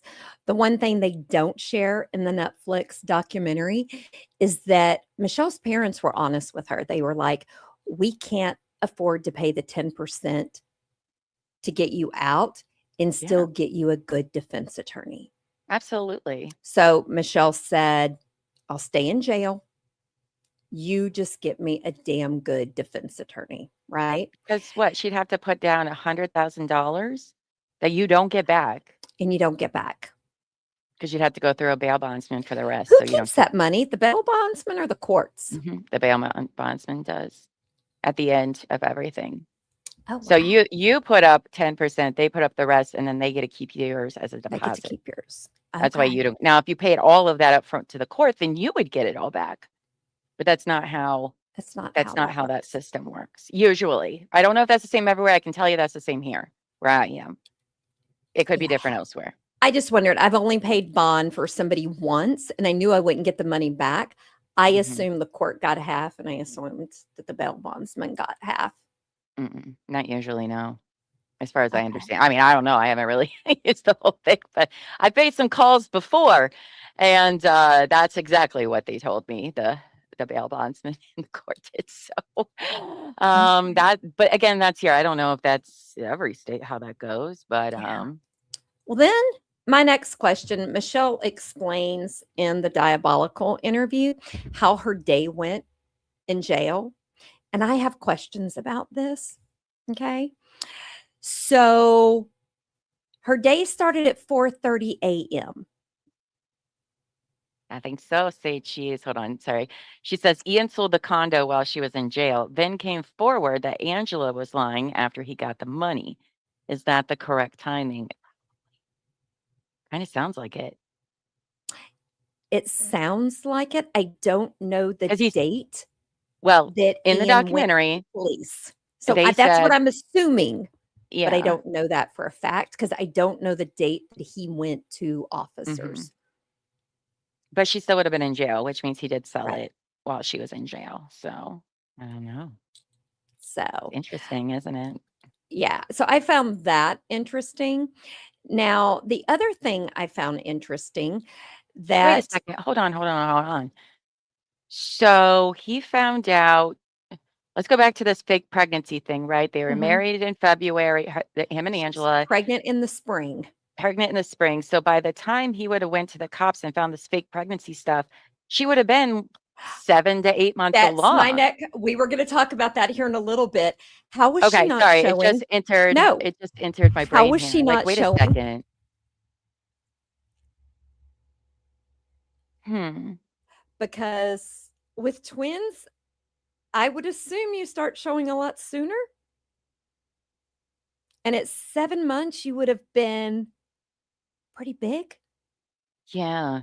But we're also talking about a guy too that likes to control and watch he would have noticed well before then, I And would we think. know they were having sex Yeah. because that was his thing. Hmm. So many questions. Yeah. That's true. He probably yeah, that's very true. But Yeah. yeah, because also, I mean, there was exculpatory. That would have been a huge Brady violation. I would think he would at least know about that, but maybe not. Yeah. But Well, yeah. and the next part that I found interesting, Michelle's attorney helped her get out of jail, as we know, in January by turning over Michelle's dad's investigation. So they didn't have as much family business. So he bought a software program and he started learning about the IP addresses Oh. and made spreadsheets, thinking if I can prove this email came and she was somewhere that she couldn't have actually sent it, that they would Mhm. let her out. Well, at first the police didn't listen. Oh, of course. Why well, they had every reason not to. They had 1.9 million reasons not to. Well, they hadn't paid out yet. This I is way know, back in but I they know. knew. They knew she'd be getting some money eventually. Like, So what cuz happened he is egregious. uh-huh, cuz he got copies of all of the emails with the IP addresses because the attorney got Mm, them and was sharing them, right? okay. And they highlighted the matching IP addresses Why and didn't they they were talk able about to this? prove, okay, that she was in class giving a presentation standing up in front of her entire class at the exact time that one of the emails was sent. And she also didn't have her devices because the police still had them. Why was this not in the you know why? Because they were trying to make the police look good, in my opinion. Just by the way. Um, they were definitely trying to not draw too much attention to that, but that's a beautiful story. I mean, it's so unfortunate her family had to do that, but, it's always things like that when we hear the family, like, really just Hey, the squeaky dedicating wheel their life for their loved gets one. It's noticed. huh? The squeaky wheel does eventually get attention, and Because that's what they did, in they my may be opinion. like, "Oh, it was all Ian and Leslie why it all happened. Why are you giving I mean, credit to why is this documentary Ian giving and credit to Angela, them?" not Leslie. No, Ian and Oh, Leslie went to the cops about oh, Angela. yes, they went to the cops. Yes. And they made it seem it was all because they found this and that's why the cops changed their mind. And maybe that was Yeah, part of it, but then weird to leave out that her family was doing something to try to exonerate her. Yeah. So they I took it wonder to the why that is, prosecutor but and they wouldn't listen. They continued their investigation. Now, I sure they want to did. read you Michelle's letter that she wrote to her family Okay, this is why she was in jail? on July 21st, 2016. Okay. Dear Mom, Daddy, and Rebecca, my commissary order arrived, and I now have good paper and pencils. You know that writing has always relaxed me, so I will be writing often. I have a wish list when I get out: a gourmet burger, a glass of red wine. All of my love, Michelle. Oh, Isn't that sad? I mean, yeah. I mean, I better just be honest, sitting in jail about, wanting to get out. I To me, I would have been writing, I hope you're finding what happened. I hope your research is going well. I hope all of that. Well, no, But because no. you don't want to say too much. Everything is monitored. Don't talk to your family about shit. And her family didn't need to be telling her shit in Oh, they letters do or that over the even phone in too. jail? I thought that was only in Yeah. prison. Oh, no, no, no. They do it more so in jail. They're gonna they do it. I mean, it's recorded in both, but jail, Well, I that's knew those are the ones calls they listen were, to. but letters? Yes, absolutely. Everything goes in, goes out, is read and scanned, or it's at least scanned. So if any of the prosecution wants to use it later, they can find it. Yes, absolutely. Don't ever talk to your family about anything your lawyer said, anything they're doing. No, don't do it because it can and will be used against you. So don't do it. No matter how badly you want to talk about it with somebody, don't do it, Okay. Well, now especially if you're a here's high profile case. if you're a high profile. Okay. Now here's Mhm. where the timeline gets really interesting. So her dad, goes to the police. They don't listen. But the digital investigators began noticing the problem Mhm. that the IP addresses were not tracing back to Michelle, that multiple VPNs had been used, that the marshal's office uses. And most of it pointed towards Angela. They monitor your mail in jail. I Oh yeah. I knew they did in prison. I didn't think county jail had the resources to do that. Yeah, and again, your high stakes are when you're in jail, not so much prison. I mean, to be Uh, honest, I so didn't know that you could send letters to somebody in jail because you get to mhm, visit them and talk to them. So I didn't know yeah, that because they get everything. in jail, they're normally there such a shorter time, I Not thought. very many people. A 6 a.m. You got morning money, nut. you are, but most people in jail are there for a while because it's mostly poor people in jail. So Yeah. yeah. So here's the other thing, and here's what I can't clarify. When did Ian go and tell them he suspected Angela? Hmm. Because one of the things that the investigators discover, and one of the reasons they let Michelle out on her own recognizance, okay, was they found fake online identities, fabricated email accounts, altered medical documents, forged correspondence, and proof of the fake pregnancies. So Mm. that's got to align with Ian coming in. I just don't see how this guy wouldn't have known. So Michelle was released on October 7th, 2016. Okay. She was not put in the hotel until January for the sting operation That for doesn't 3 even make days. any sense then. It's even more ugh, I'm sorry. I do not believe this story. There's something more to that Sting story than it doesn't even make any sense to me. Okay. I know. I know. You're I just reading what she said, like I but said, that I've done one, a FOIA what? for everything, and I even blindly gave them the credit card to charge. So I'm hoping it's not like a $5,000 charge or Like, something. because here's the thing, right? If she's let out, she's been exonerated at this point, charges dropped. Why would the police The wanna charges were not dropped. So when she was released in October, she was done with the monitor. So she was out until January while they were still investigating. They let her out on her own recognizance because they were finding some of these false narratives while they were investigating digitally. So Hmm, they let her out October 7th. story doesn't make very much sense So to me, it but okay. was January 6th that Angela that Michelle was put into the hotel room. We're going to get to some issues there as well. So I found that interesting. They let her out on her own recognizance. She had to wear that ankle monitor November, December, 2.5 months.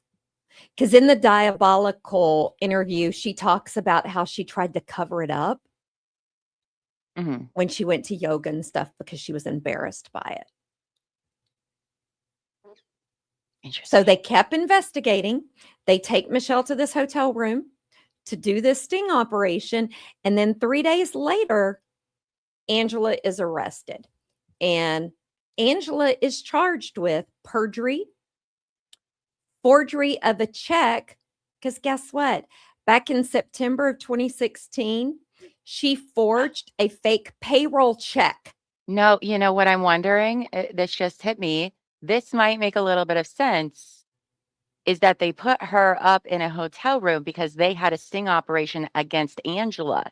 And so therefore they knew the whereabouts of Michelle, that she didn't So have she wasn't going to anything. be So it involved in couldn't it. have been her. Maybe that makes sense why she doesn't actually know anything about it. Okay, Because I that. can't see her being used for anything else. She is But too much why of would you a go? I still would have naiveness. gone to stay in a hotel. No, but I wonder if that's about the closest I can get Okay. to They just anything wanted to know where making she was and maybe keep her safe in case Angela did something crazy.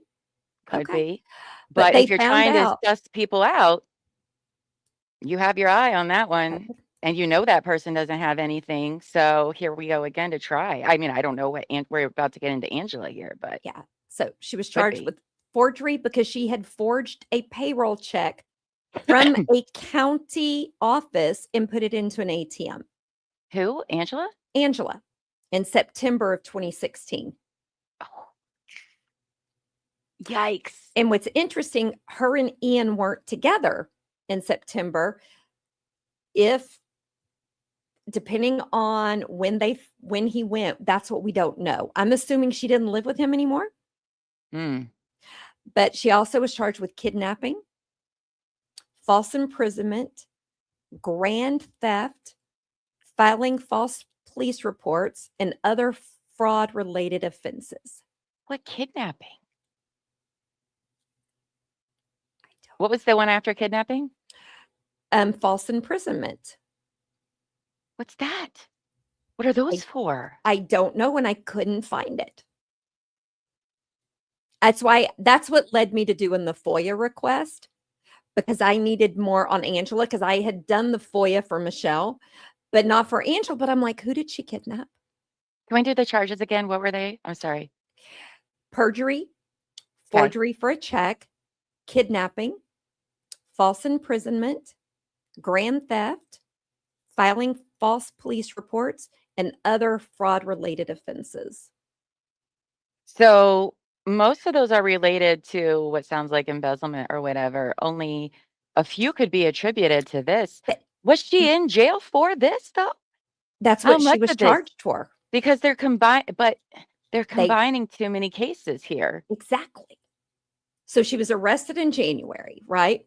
She pled guilty in October Okay. to multiple felony charges, Right. but I did not find what she actually pled guilty to. That's what I said. That's what led me to the FOIA that I did on Wednesday night. Because she only got 5 years in state prison. 5 years, she served almost 3. The other thing that was interesting, Michelle did not go and do a victim impact statement, okay, for Angela, but her attorney read it out loud, and Angela busted out laughing, Oh, she did. She's crazy. and she got 5 years. I'm very confused about the charges she got now, because I would think if some are related to Michelle and some are related to all this, those are they're not I'm even wondering related, you know? if she went by different names, because the TikTok that Buffy sent me, the guy I reached out to, she was using a different version of her last name. Hmm. And the kidnapping and where did that come from? Those I are don't pretty know. serious, specific charges. I know. I know. So, Yikes. oh, Buffy, when I get whatever I get from the FOIA, because I was unable to get the documents on Pacer. They told me my level of account couldn't get the documents, and I'm assuming that's because Ian is a marshal. Hmm. I Interesting. don't know, but if I do whatever I do get, I am going to be laying it all out because I need to understand. I don't know where kidnapping and false imprisonment. Yes, it was O'Connell instead of Connell. Yeah. So my thought was maybe because Ian wanted to break up with her, but she said she was pregnant, so he didn't. That is not the But would legal that be definition false of imprisonment? no. That means that like you are not letting that person That's leave. what. I So I mean, I guess maybe they could be charges from Ian, but then why are they combined into this it's all combined, money even the case? forged check. I mean, I guess they could be. I just think it's kind of weird. I But all thought so right. too. Okay. Then Michelle files her civil suit. I know Maybe that the kidnapping is related to Ian, but then also leads me to believe how believable is Ian.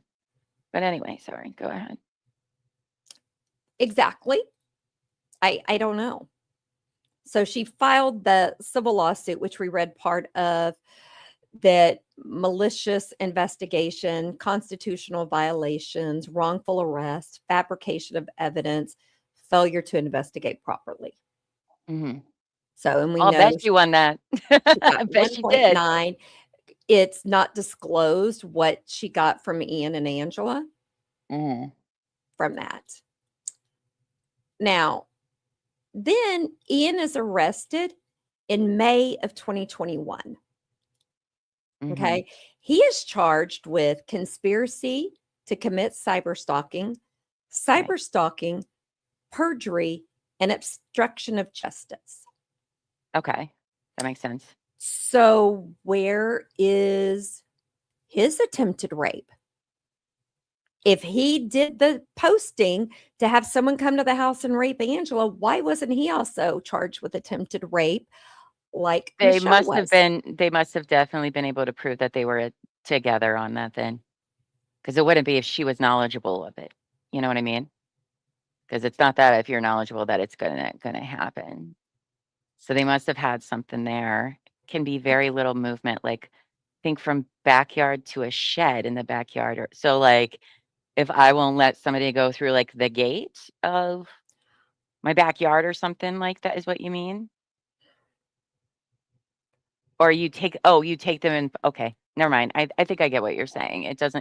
It's not as grand of a term of kidnapping. You're just not letting them leave whatever room, right? Like if she would like let's say it was because of her and Ian and she wouldn't let Ian leave, that would be false imprisonment, right? Is that kidnapping? I don't know.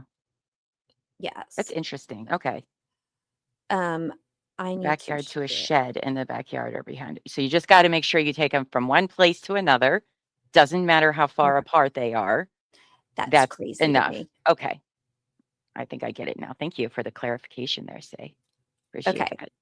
Now, I found this interesting, and maybe this is something that the Marshal Service does, because they released a press release Oh, I'm sure they did. that a federal grand jury in the Central District of California returned an indictment charging a deputy U.S. Marshal with conspiracy to commit cyberstalking, and perjury. Oh my goodness. And then they go on to talk about the rape fantasies and stuff. Why would you put out a press release about this? But is it cyber stalking if the other person knew about it? That, like I said, I have That's confusing. so many questions. Okay, because here, I want you, or I'll read it. According to the indictment, Ian Ryan Diaz, 43, of Brea, California, who serves as a deputy U.S. Marshal with the U.S. Marshal Service, along with his former wife, who is alleged to be an unindicted co-conspirator. Mm. How is she unindicted if she's already pled guilty I think that'd be double jeopardy, wouldn't and it? in prison? But they didn't indict her this time, but she was already convicted of the charges. That's what, wouldn't it be double jeopardy to be tried for the same crime that you've already Okay, but been? shouldn't they say who has already been convicted? Because this makes it sound like his wife wasn't involved to me. I mean, they claim there's unindicted co-conspirators in Laura's investigative report, i.e. her mom. I mean, this is also the federal government charging him and not a state government. So I don't know.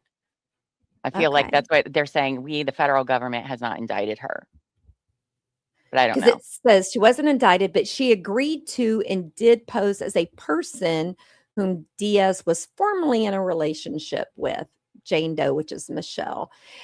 And that guy is sent to themselves, harassing and then threatening electronic communications that contained apparent threats to harm Diaz's former wife, solicited and lured men found through Craigslist personal advertisements to engage in a so-called rape fantasy in an attempt to stain a purported sexual assault on Diaz's former wife. So this is saying they both did it to me. Yeah. That's yeah. Oh, so say cheese because she was in state court, not in federal court. Mm. Okay. Because a layman person reading this would be like, oh, so the wife wasn't Sure. involved. Sure. But then it goes on to say that they went to conceal their conduct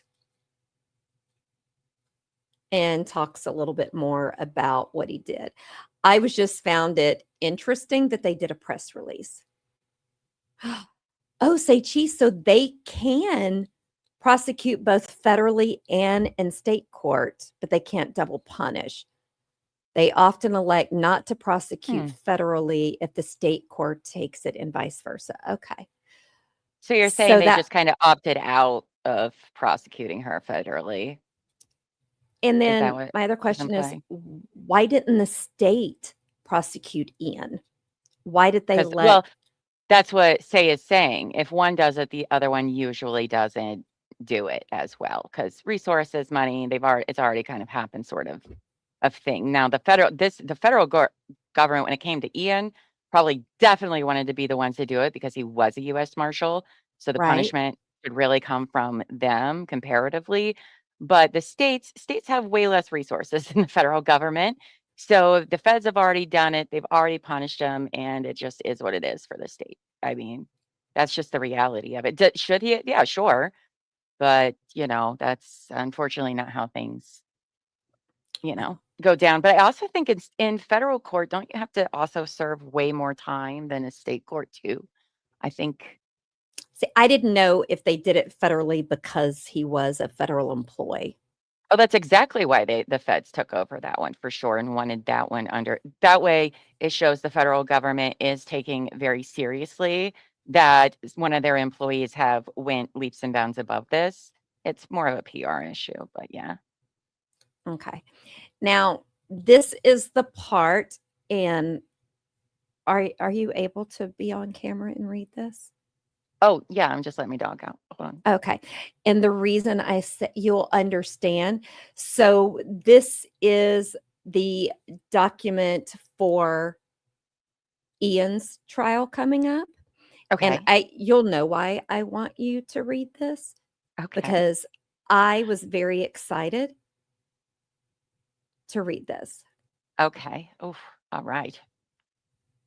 All right. So the highlighted part. Yes. Where's my drink? It's over here on this side. Okay. All right. So this is from Ian's, correct? You said? Yes. Okay.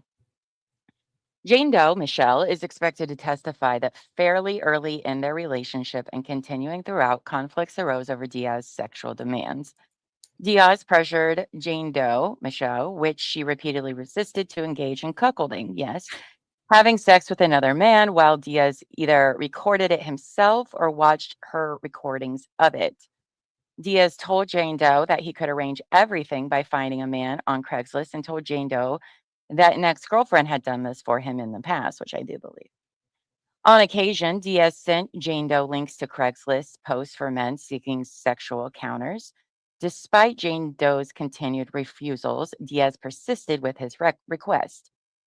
Jane Doe relented to Diaz's continued pressure and agreed to Diaz's demands. Subsequently, Diaz arranged for a strange man to come to Jane Doe's apartment. Yes. Yes. Oh, there's more down here. Okay, sorry. Yeah. Jane Doe was also very concerned about Diaz's recording of the incident. She repeatedly asked Diaz to destroy the recording. Oh, here you go. Though Diaz initially assured Jane Doe that he deleted the recording, he later claimed that he still had it and watched it. Because, of course, he did. This is in 2021 and he is still watching it. It admits to it. Oh, that's true. That's a good point, say cheese. There could have been a statute of limitations with some of those charges. That's a very good, fair point. Yeah, he did. 10 years, rightfully Yep. so.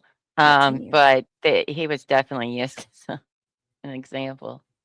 But that was the only reference to Ian's past in previous girlfriends was that Wow. he had a girlfriend do it before. And it was the cuckolding that I had to learn from you because I didn't know what that meant. So That's that right. I was really happy to see it used in a And be like, I court know what document. that means And I was now. like, I know what that means because Lama taught me. Because you sent me a gift, a Yeah. stuffed bowl that I have over there, but the name of the company is Cuckold. And I was like, just the box. I was just like, I opened it. I was like, what? What the fuck? What is this, Terry? What are you sending me? And then I told her about it, and she didn't I was understand like, why it was so what's funny. And I was like, oh, girl. Oh, you sweet. Terry, my sweet summer child. I did not know what that Um, was. So then I found this interesting because we wondered about what Angela said about Ian. This is the only thing I could find. Finally, the government may call Connell, who will testify about the cyber stalking scheme to frame Jane Doe. In addition to her role in the scheme, Connell will discuss Diaz's knowledge of and participation in the scheme. She will also discuss Diaz's access to and use of her devices and accounts. Okay, so that leads me to one, she is willing to testify in Ian's thing. So that makes sense. I'm wondering if when she was arrested, and if she did say anything, maybe she never did, maybe she never talked to the cops. I mean, you're smart, you shouldn't. But if that was ever offered up, they probably didn't believe her because that's what happens when you're a liar Oh. who lies. Um, And is that why they said they may call her instead of saying for sure I that mean, they were going yeah, to call her? yeah, because it's, they do, even though like they'll have like a list of witnesses and who they want to call, they may change it up depending how the trial is going along, right? Because you could have a witness that you think is going to be fantastic. But then other people have said some other things to where you're like, oh, that would probably actually make things look worse. So it could be something like that. I think too, the reason May for her is because of her lack of credibility, because his attorneys absolutely are going to when you have co-conspirators, this Mhm. government totally was going to use her because they needed to, but you got to be very, careful because she's not reliable, and she also has every reason to put it all on his. Though, was she out by then? Probably. She only got 5 years and I do 3. She was out by She was 2020, 2021. Yeah. yeah, so So, I'm not sure. but she still would be a very non-credible witness to put on the stand for sure. That's why, when I say with Laura, if she pleads guilty to these perjury charge, like, uh, good luck. Good luck in court again, because every single person you're up against is going to bring this up, period. And it's not going to look good to any jury or a judge Right. that you've been charged with perjury, lying under oath. Um, so when So is he scheduled to get out? Do we know? I didn't look I at that forget what because the time is for federal. I yeah, I think it's just like know he's up here 85%. not far from me. So the other thing I found interesting that I wanted to read because it was very satisfying, Negla. You're welcome. So, Leslie, we talked about at the end of the Netflix documentary where she said there is no evidence that you can show her to prove Mhm. that Ian was innocent, right? Leslie, right? Yeah, the Leslie. friend. So, but they said they were going to show at Ian's trial text messages between Leslie and Diaz, which, if you want, I Okay, can read LC and you read Diaz. sure. So he didn't ask to set up a time for your phone. No, I was waiting for it. Okay, good. Having heart palpitations from the short phone call. I think it's good that he didn't ask, don't you? Yes and no. I can see why Jen wants to talk to him so bad.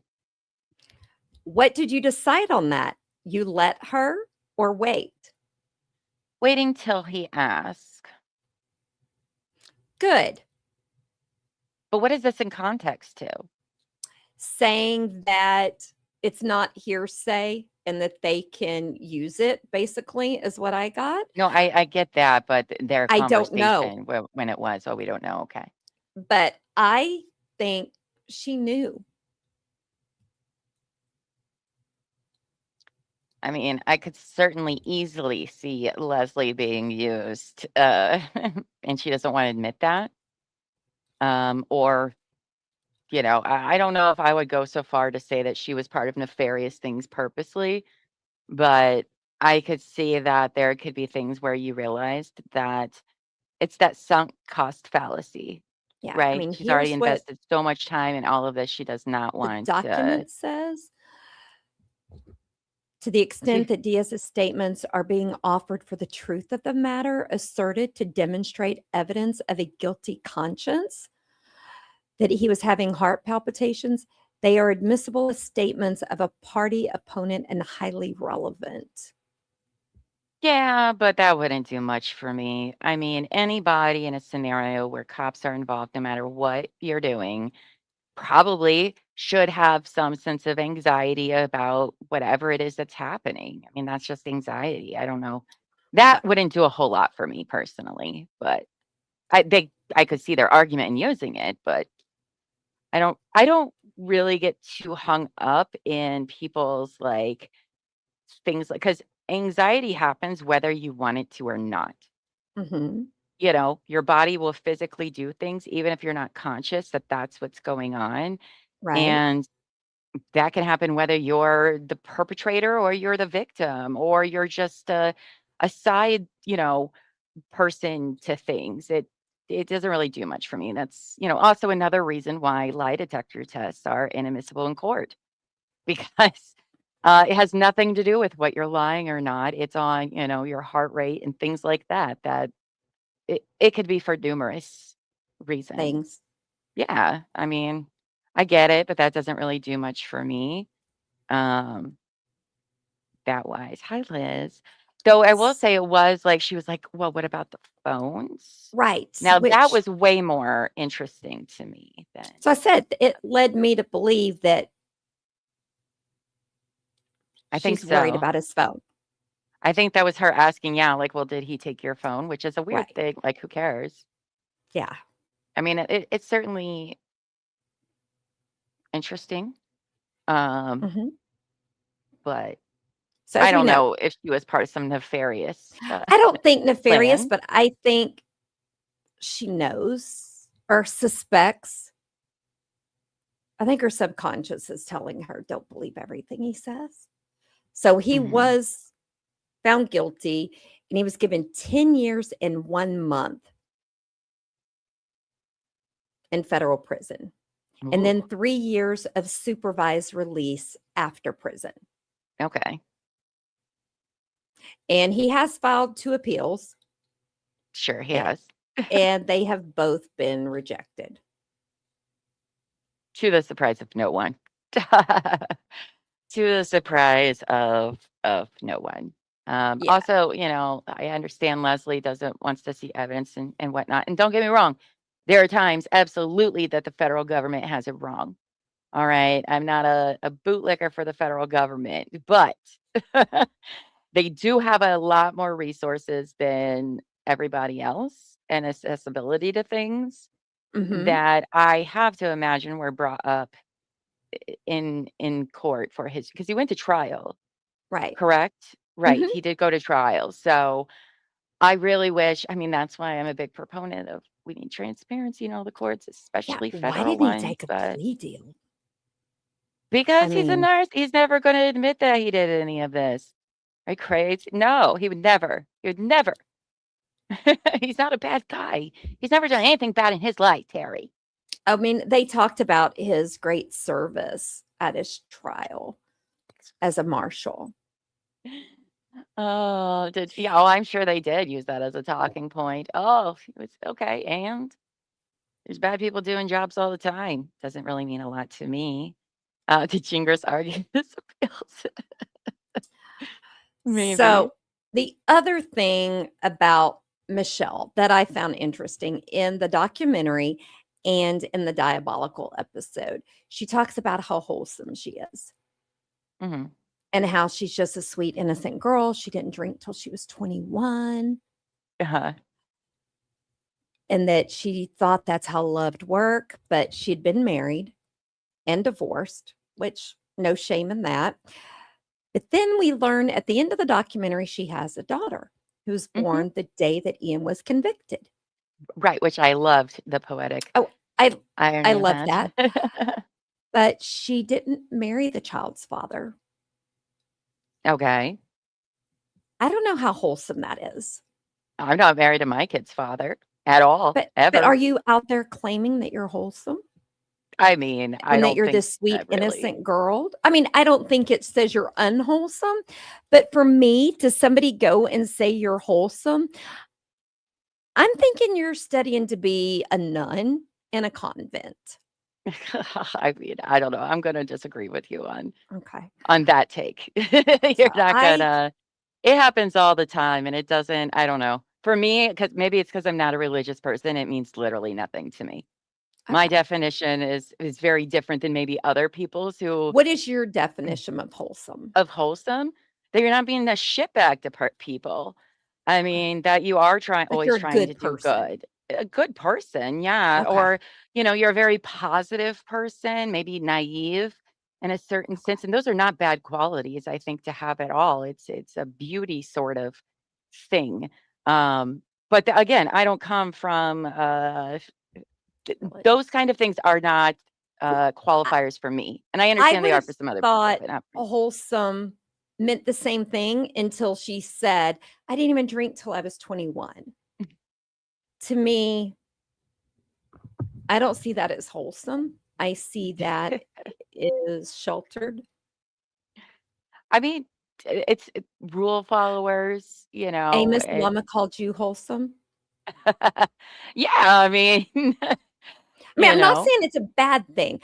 I just felt she tried too hard to portray herself as, I do think she was innocent and she didn't deserve what Ian and Angela did to her. She I wants to mean, I would say she's very naive. I think she And is many people naive. are, and that is not. Listen, there's nothing wrong. The problem is that there's predators out there. All True. right, and that sucks because we should all just be able to be naive and live these, wholesome, good lives and not have to worry about predators, but they exist. And I do think that she was unbelievably naive, and many people are, and that's okay. I don't think, you don't know until you know and you're in it.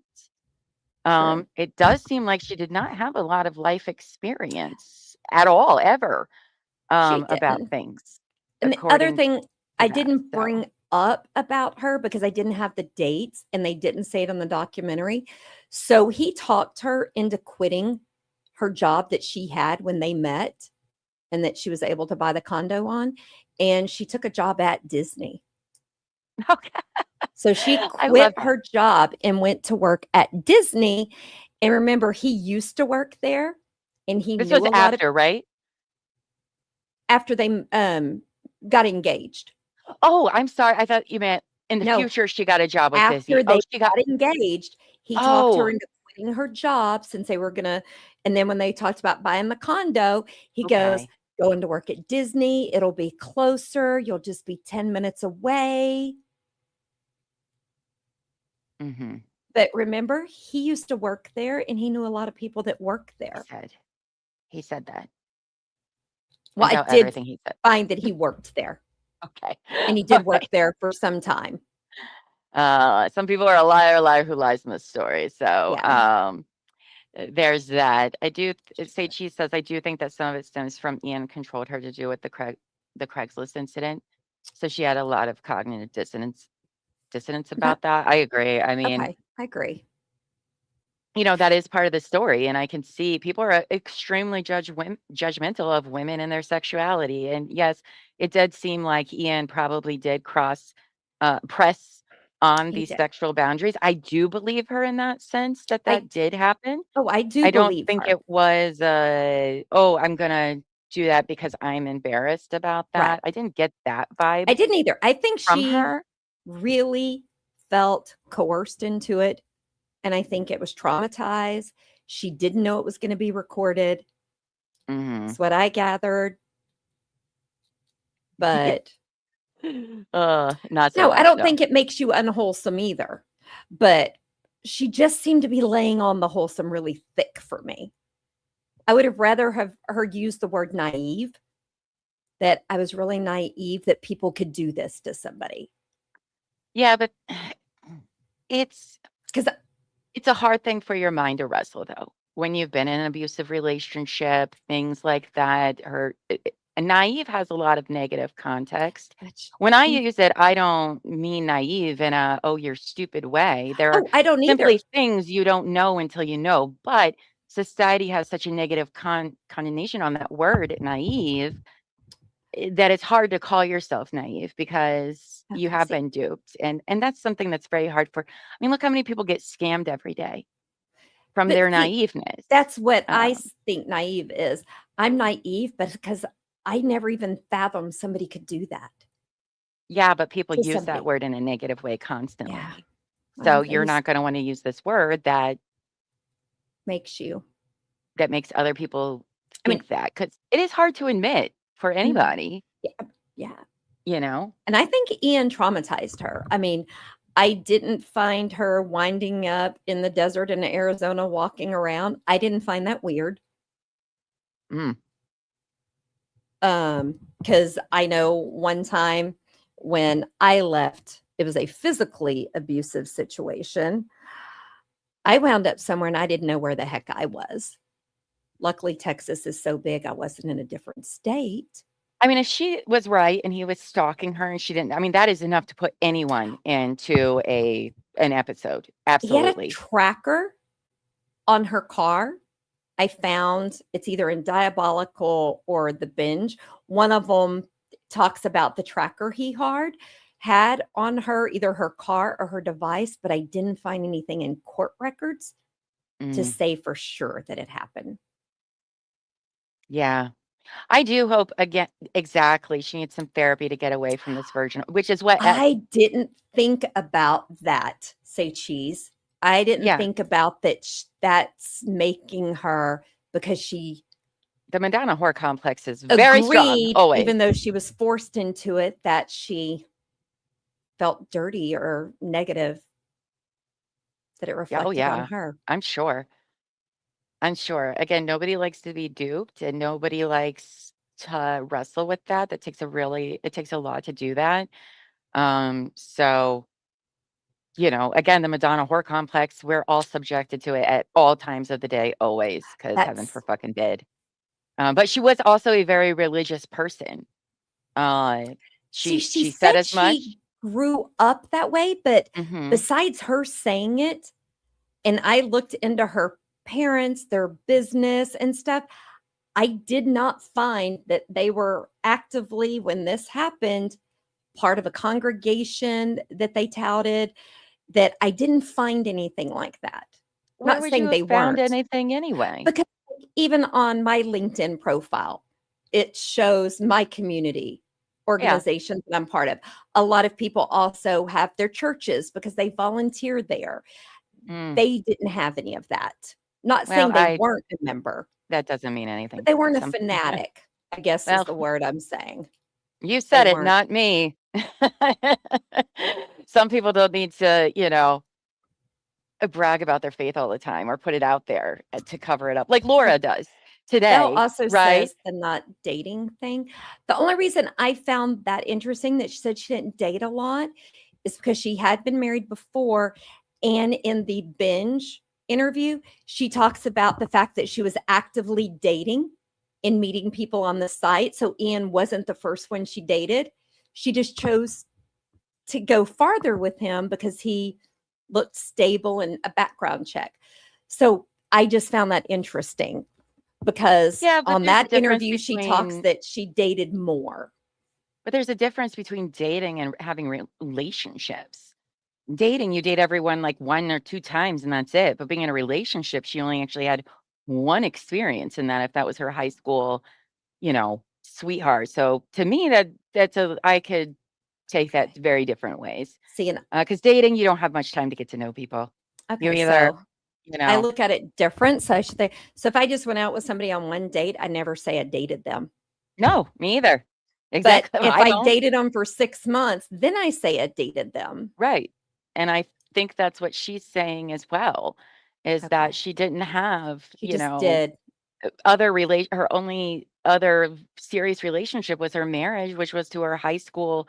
She, and that's the thing too. I don't mean to like shame anybody that like gets married right out of high school and stuff, but you're missing a lot of things you learn in that period. Many people do it, and there's nothing wrong with that. It's It okay. doesn't always all end bad. But then if that ends, you are at a completely different starting point than other people your age. And so I don't know. For me, dating, like I went on many dates with people, um, and whatnot. But for me, dating somebody means I'm with them multiple times over a span of time, whether it's, maybe a month, 2 months, or something Okay. like that. There's But like some if it sort was of 1 or thing 2 days, happening. you didn't. Oh, Okay. So I like when mean, I say I even was just dating, that meant I was like when I'm at Double H, I was dating 4 or 5 people, but nobody serious. yeah, I mean, I think it's But up I to went out with them multiple times, but I wasn't seriously, like I wasn't committed.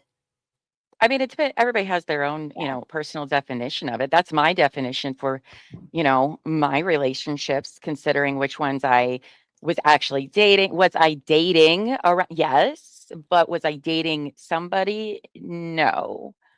So Okay. Say cheese. That's interesting because, like, my mom's LinkedIn had that she was part of the Curcio because we were Catholic. And I know other people that are my parents' ages have it listed too. I mean, I do recruiting and I see it all of the time on resumes. And I even mm. ask people to take it off in case the place I'm presenting you has a negative connotation. Sort of spy part. Yeah, no, those are good conversations to have. It's okay to And it's disagree not and have different, disagreeing. I think yeah, it's seeing different perspectives and different lifestyles. I grew up in the South. absolutely. She grew, I guess it's considered Midwest. Yes, technically Ohio is, but So that's the certainly different perspectives of things. And even with things like this, it's a very personal definition of what it's that also your person defines experiences. as, yeah. Because I I mean, got I have married been in, when I was 19. yeah, How old was Yeah, I was 19 when I got married. yeah. So, Yes, HEs, they are Texas resumes because we live in the Bible Belt. I mean, So they're in there was California. I don't think me, it's a much of an Southern person, issue, but assuming everybody does that mm-mm. because I do international too. And my Philippines and Europe, they even put their picture, their marriage status, how many kids they have. And I'm always like, Don't could do we that. not? But they do that over there because it's expected in certain places. That's how people steal your information, I'm friends. I Don't do it. I'm aware, but they still do it. And you know what? Putting your religion up is going to make you a target, by the way, for And scams. It's that's why absolutely I going to do that. tell them to not. And I also do it because companies, I've had when I had an executive recruiting firm, they would tell me, "Oh, I don't want people who went to Baylor. I don't need any of those religious people." Mm, So even if I knew people weren't Baptists, I still would ask them to take anything off their resume that said anything about religion. yeah. I mean, people are, by all means, have whatever religion you want. I'm just saying it could Right. really backfire putting it on the internet because people are going to see you as potentially naive or use it against you in some for very nefarious reasons. I mean, I don't really care Yeah. too much at all, though I do kind of see it as kind of like a dog whistle in a way. Oh, So that's a good way to say that. that's my it's oh look at me, I'm a trustworthy because look at how it's weird to me, but again it's not my thing. So someone declaring that that is completely their option to do that, and that's fine, but I would probably tell you don't, because Right. people are going to use that Right. very much against you. That's what scammers do. Okay, and I don't want people to easily be Right. scammed. And people do it Yeah. because they're not wanting to tell you about their religion. They're wanting to tell you what organizations and where they volunteer. And it just so happens to be that it's at their church. So they're not trying to tell you Mm. their religion. They're just trying to show you what they do in their spare time and where they volunteer. But wasn't there like a person that I don't, never mind. We're not gonna get, never mind. We're not gonna get into it. Mama's not gonna get into it. It's not my circus, not my monkeys. So never mind. So, Not gonna get into it. and I think a But lot of people say that Michelle was, you know, had some mental health issues. I think after dating and being engaged to Ian, oh yeah, I think absolutely. she had PTSD, and I think he sent her psyche on a whirlwind. I really do believe. I mean, she could have had stuff before, she could have had stuff after, but I I mean, think I it still anybody that's been through something like that is Mhm. gonna have You can't come out completely unscathed, in my opinion. no, no, you can't. So I mean, listen, I did believe her Mhm. in her I believe so. recounting of that. Nothing really seemed very off or weird. I mean, it was awful and I weird, mean, but if you her watch telling those of it two anyway. things that I talk about her being interviewed, you can see her physical reactions, and I believe her 1000%. Mhm. Now, my other question to you, does she have any legal recourse? I know Ian's She in already sued him. prison, but to force the video to be discarded. What if he still Where's the has it vid? on I the mean, cloud somewhere? does she know the location? I mean, that's something that you can't really do anything about. And the answer, I would assume, is no. We're done. We're done with As that, long right? as The he civil doesn't suit ever was post done. it somewhere? If he posted somewhere, his ass is going back to prison. I'll tell you that right Okay. now. That's called revenge porn, and now states are taking that very fucking Yeah, seriously.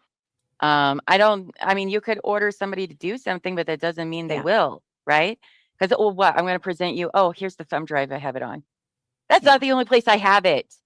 So I have it my several thought other places, is, I am so never letting anyone record me. absolutely no. Do not do That's that. just me. I'm not. It's not, you never know what somebody You is have no going to do with it control afterward. over what they do with it. Absolutely not. And I doubt I would become a millionaire and famous like Kardashian. But I mean, I think legal recourse is all done for her. So there Okay. is nothing. She sued everybody involved already and already had a judgment. She can't like resue him again. I wouldn't Well, I didn't think. mean sue them, but like force them to delete it. I didn't You know. can't force anybody to do anything. That's why people break, when they're supposed to do something, they don't. You can't technically So my force suggestion somebody is to do that. do not let anybody record you. If you record it yourself and you have control over it, that's your business. But I personally say don't let someone else do that.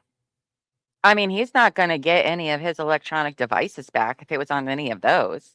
No, but But they you could can't take have his it. cloud. You can have it stored in all sorts of places that they may not even know it's stored. Like there's once somebody is given that, there is no getting it back. There See, isn't. that's what I Period. didn't know. That is scary. Nothing is gone forever. Like, no, absolutely not. And if this was somebody like this that has been using it the way he has, bet your ass he's never getting rid of it.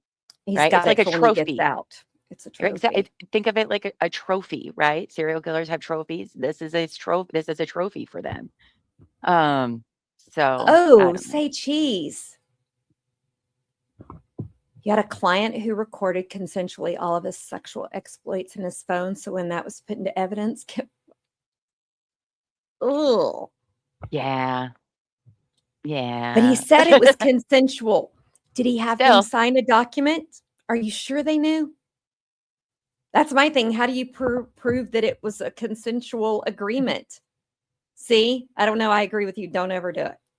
But see, like that's the Yeah. that's the thing. So It's just, I'm it's hoping not- we get some of these court documents back because I still have a lot of questions.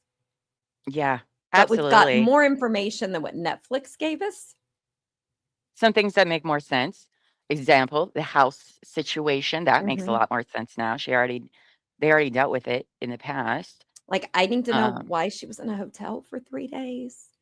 What sting I'm chalking that up to operation? my theory, because if Angela was arrested literally 3 days after that, that seems like a coincidence, but it's not nothing's ever a coincidence. So But yet she put it as part of her suit against California that they did that for a sting operation that they never did. So they lied to her.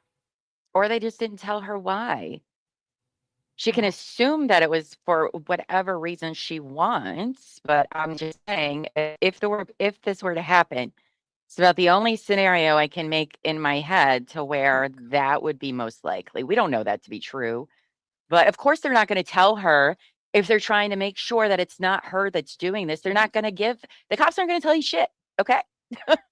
And they didn't afterwards, probably because what they did also wasn't probably the greatest either. But I could see they're not going to tell her after the fact. They're not going to I forget that the police are disclose. allowed to lie. They're absolutely allowed to lie. The I Supreme Court forget about determined that. that. And also, they don't want to disclose all of their tactics, perhaps, for who knows what reasons, but Yeah. maybe, I don't know. I think what scared me most about this whole They were story lying. was that an innocent person, we saw how easy it was for them to get arrested. Absolutely. And that, Exactly. once Mhm. again, scares the bejesus out of me. Absolutely. It happens every day, friends. I know. And that is scary. hmm And especially when it's somebody in power. It's a U.S. Marshal. I'm assuming the state guys put him above them because he's a U.S. That Marshal. they chose to ignore exculpatory evidence, arrested her anyway without And they probable never cause. questioned her And this is and not sat down this and is not all on questioned her. Ian. This is not all on Ian at all. No. it's not like he manipulated the cops. These are supposed to be their jobs. They are fully responsible with I how they think handled he this knew that they situation. respected him Absolutely. It's a good old and boys club. they weren't going to check into him as much. The good old boys club does not So just I exist see in it the on South, my Ian friend. because I found it interesting that he laid his badge down on the table during the Netflix documentary. Oh, sorry, I'm a U.S. Marshal. That was Mhm. intentional because why would you do that? Why not just leave it on your pants where it was? It's They probably could to make see them it. feel comfortable just regardless. Too quick They and could easy have seen it. access, maybe. They I could don't have know. seen it without It him was taking it off and it making was it for obvious. dramatic purposes. Yes, absolutely. But the police are responsible for everything they did. Even though, yes, they probably believed him because of his status, whatever. If they had evidence, they chose to ignore exculpatory evidence, which is a huge, huge violation. So So I want to know why he wasn't charged with something for pulling out his gun when he knew somebody was coming to the house for that fantasy. what's the charge? What would that charge I be? don't, as a law enforcement officer, you can't tell me there's not a charge for you to pull out your gun when you set something up. You set it up and I then you want didn't to use it though. pull out your gun and you're standing there like that with it. He didn't fire it. I mean, here we're getting into Second Amendment stuff and all sorts of stuff. But I He think didn't fire anything. I don't think there is anything. but as an officer, I'll have to ask my brother, isn't there some guidelines around when you can pull your gun out? No, I don't think so. And even if there was, it doesn't apply to the police. Trust us on It this. wasn't a brandishing. I don't. It wasn't used in an intimidating is what she's saying. Is But that it what if wasn't that used guy as like would a. have walked up that Rick? Was he going to shoot him? Yes, he was absolutely going to shoot him. I very much believe they intended to kill whoever that So was. isn't 'Cause that now that this is the attempted third person, something? That's what I'm saying. To nothing me, there's happened. Though that's the thing, is nothing actually did happen. I'm So sorry, just I because hold law enforcement with a higher standard of the way they behave. yeah, but And I this personally think an officer shouldn't invite someone over and then pull a gun on them, waiting for yeah, them to show up. many people agree with you on this, Derry. However, that's not what there is. I don't think there's a law about any of that. And there's a Um, code of ethics or something. Somebody, I'm going to have. it's, ethics and law are not the same. So if the guy would have walked up, it would have been brandishing. Okay. So it's just because he got lucky and the guy didn't walk up. I very much believe he was going to shoot that guy. I And then, very much believe and then that. what about a 17-year-old responding to the ad? Mm-hmm. Isn't that enticing in a minor? One more thing. I don't know. I don't know. So, and I need to know about the kidnapping charges and false Yeah, imprisonment. I'm Why do you- actually the thing I'm interested the most is Angela. I'm very, very interested in her charges and what they were for and why, because I'm just very confused about those And and I what they didn't see relate it called to. a plea deal, just that she pled guilty. Yeah, There had to have been a plea deal for them not to really. get rid of some of the charges, or they Nope. just agreed to it. If she pled guilty, then it was not a plea deal. She chose to do that. Right. But then why did To some of the not go through charges a go plea. away? Terry, Well, do then you I would even assume there's a Texas? plea deal, but again, I Okay, don't know. Bells, I can tell you, if I placed an ad in Craigslist to have a guy come over and do that to me, and I was standing out on my front porch with my 357 pulled out, and I was in this situation, I think I would have been charged with something because I set up somebody to come to my house and I pull a gun on them. I don't know. There's a lot of Second Amendment stuff in there, Tara. I don't know. So can I order Domino's pizza and then pull the gun out and have it ready for when Domino's delivers? Isn't that illegal? to carry a gun? No, but to invite someone over and then stand on your front porch with it pointed out. I don't know. I don't think so. Oh, so say Cheese thinks he wasn't Oh, you going don't to think he was? shoot the guy. The police See, part of me Oh, that's a fair point. wondered if he was just going to detain him and it was just more evidence that Michelle was doing this. See, I caught a guy. He was coming over to rape my wife. I don't know.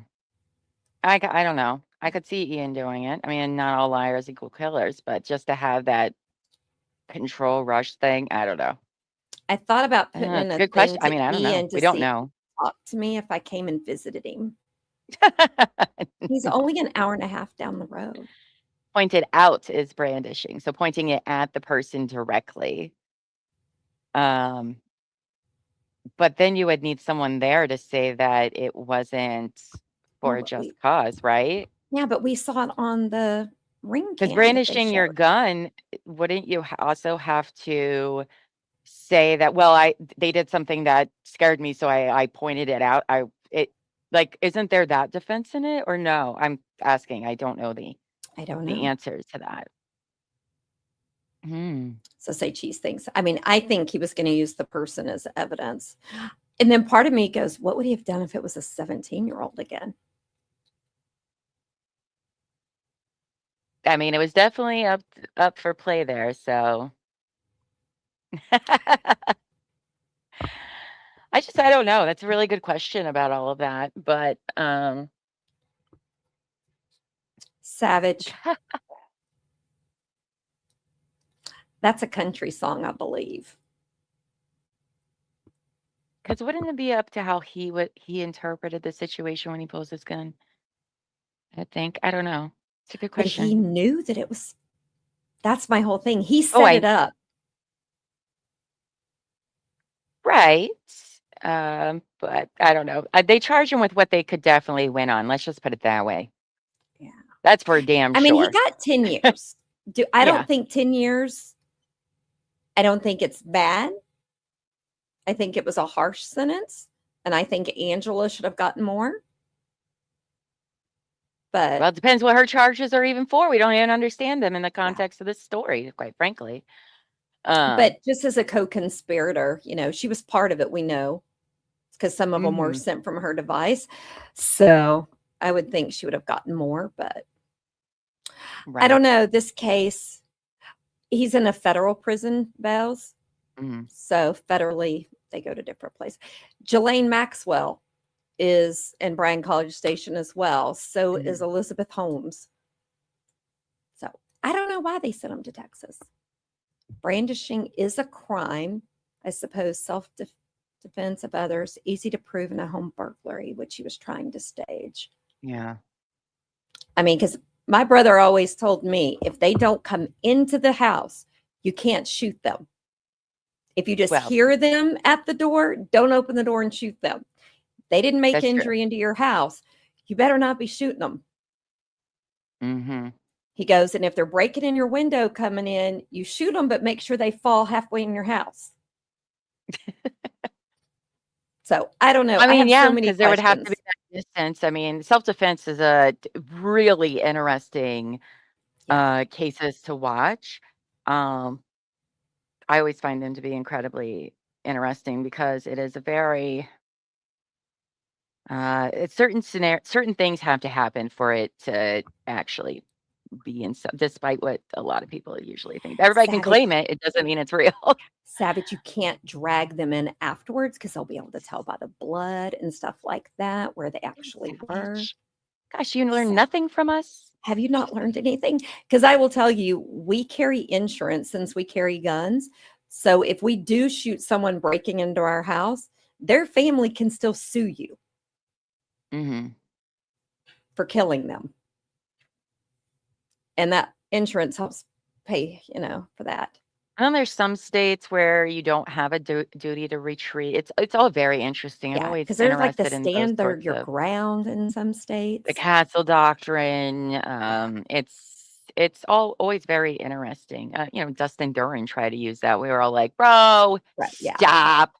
That's not even close to be. Are you serious? You remember that fuckwagon?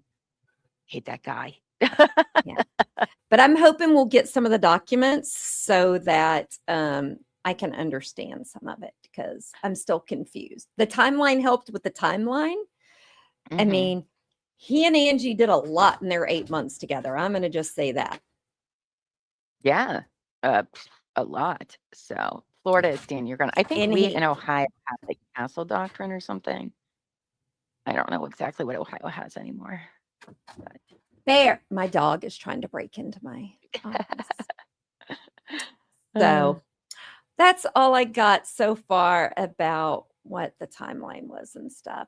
And I do hope Michelle finds love and happiness. I'm glad. I do mhm, love that her daughter was born that day. I do too. I mean, I do love that. And I hope Angela gets some help because she has a problem. Yeah, she's out there in the world now.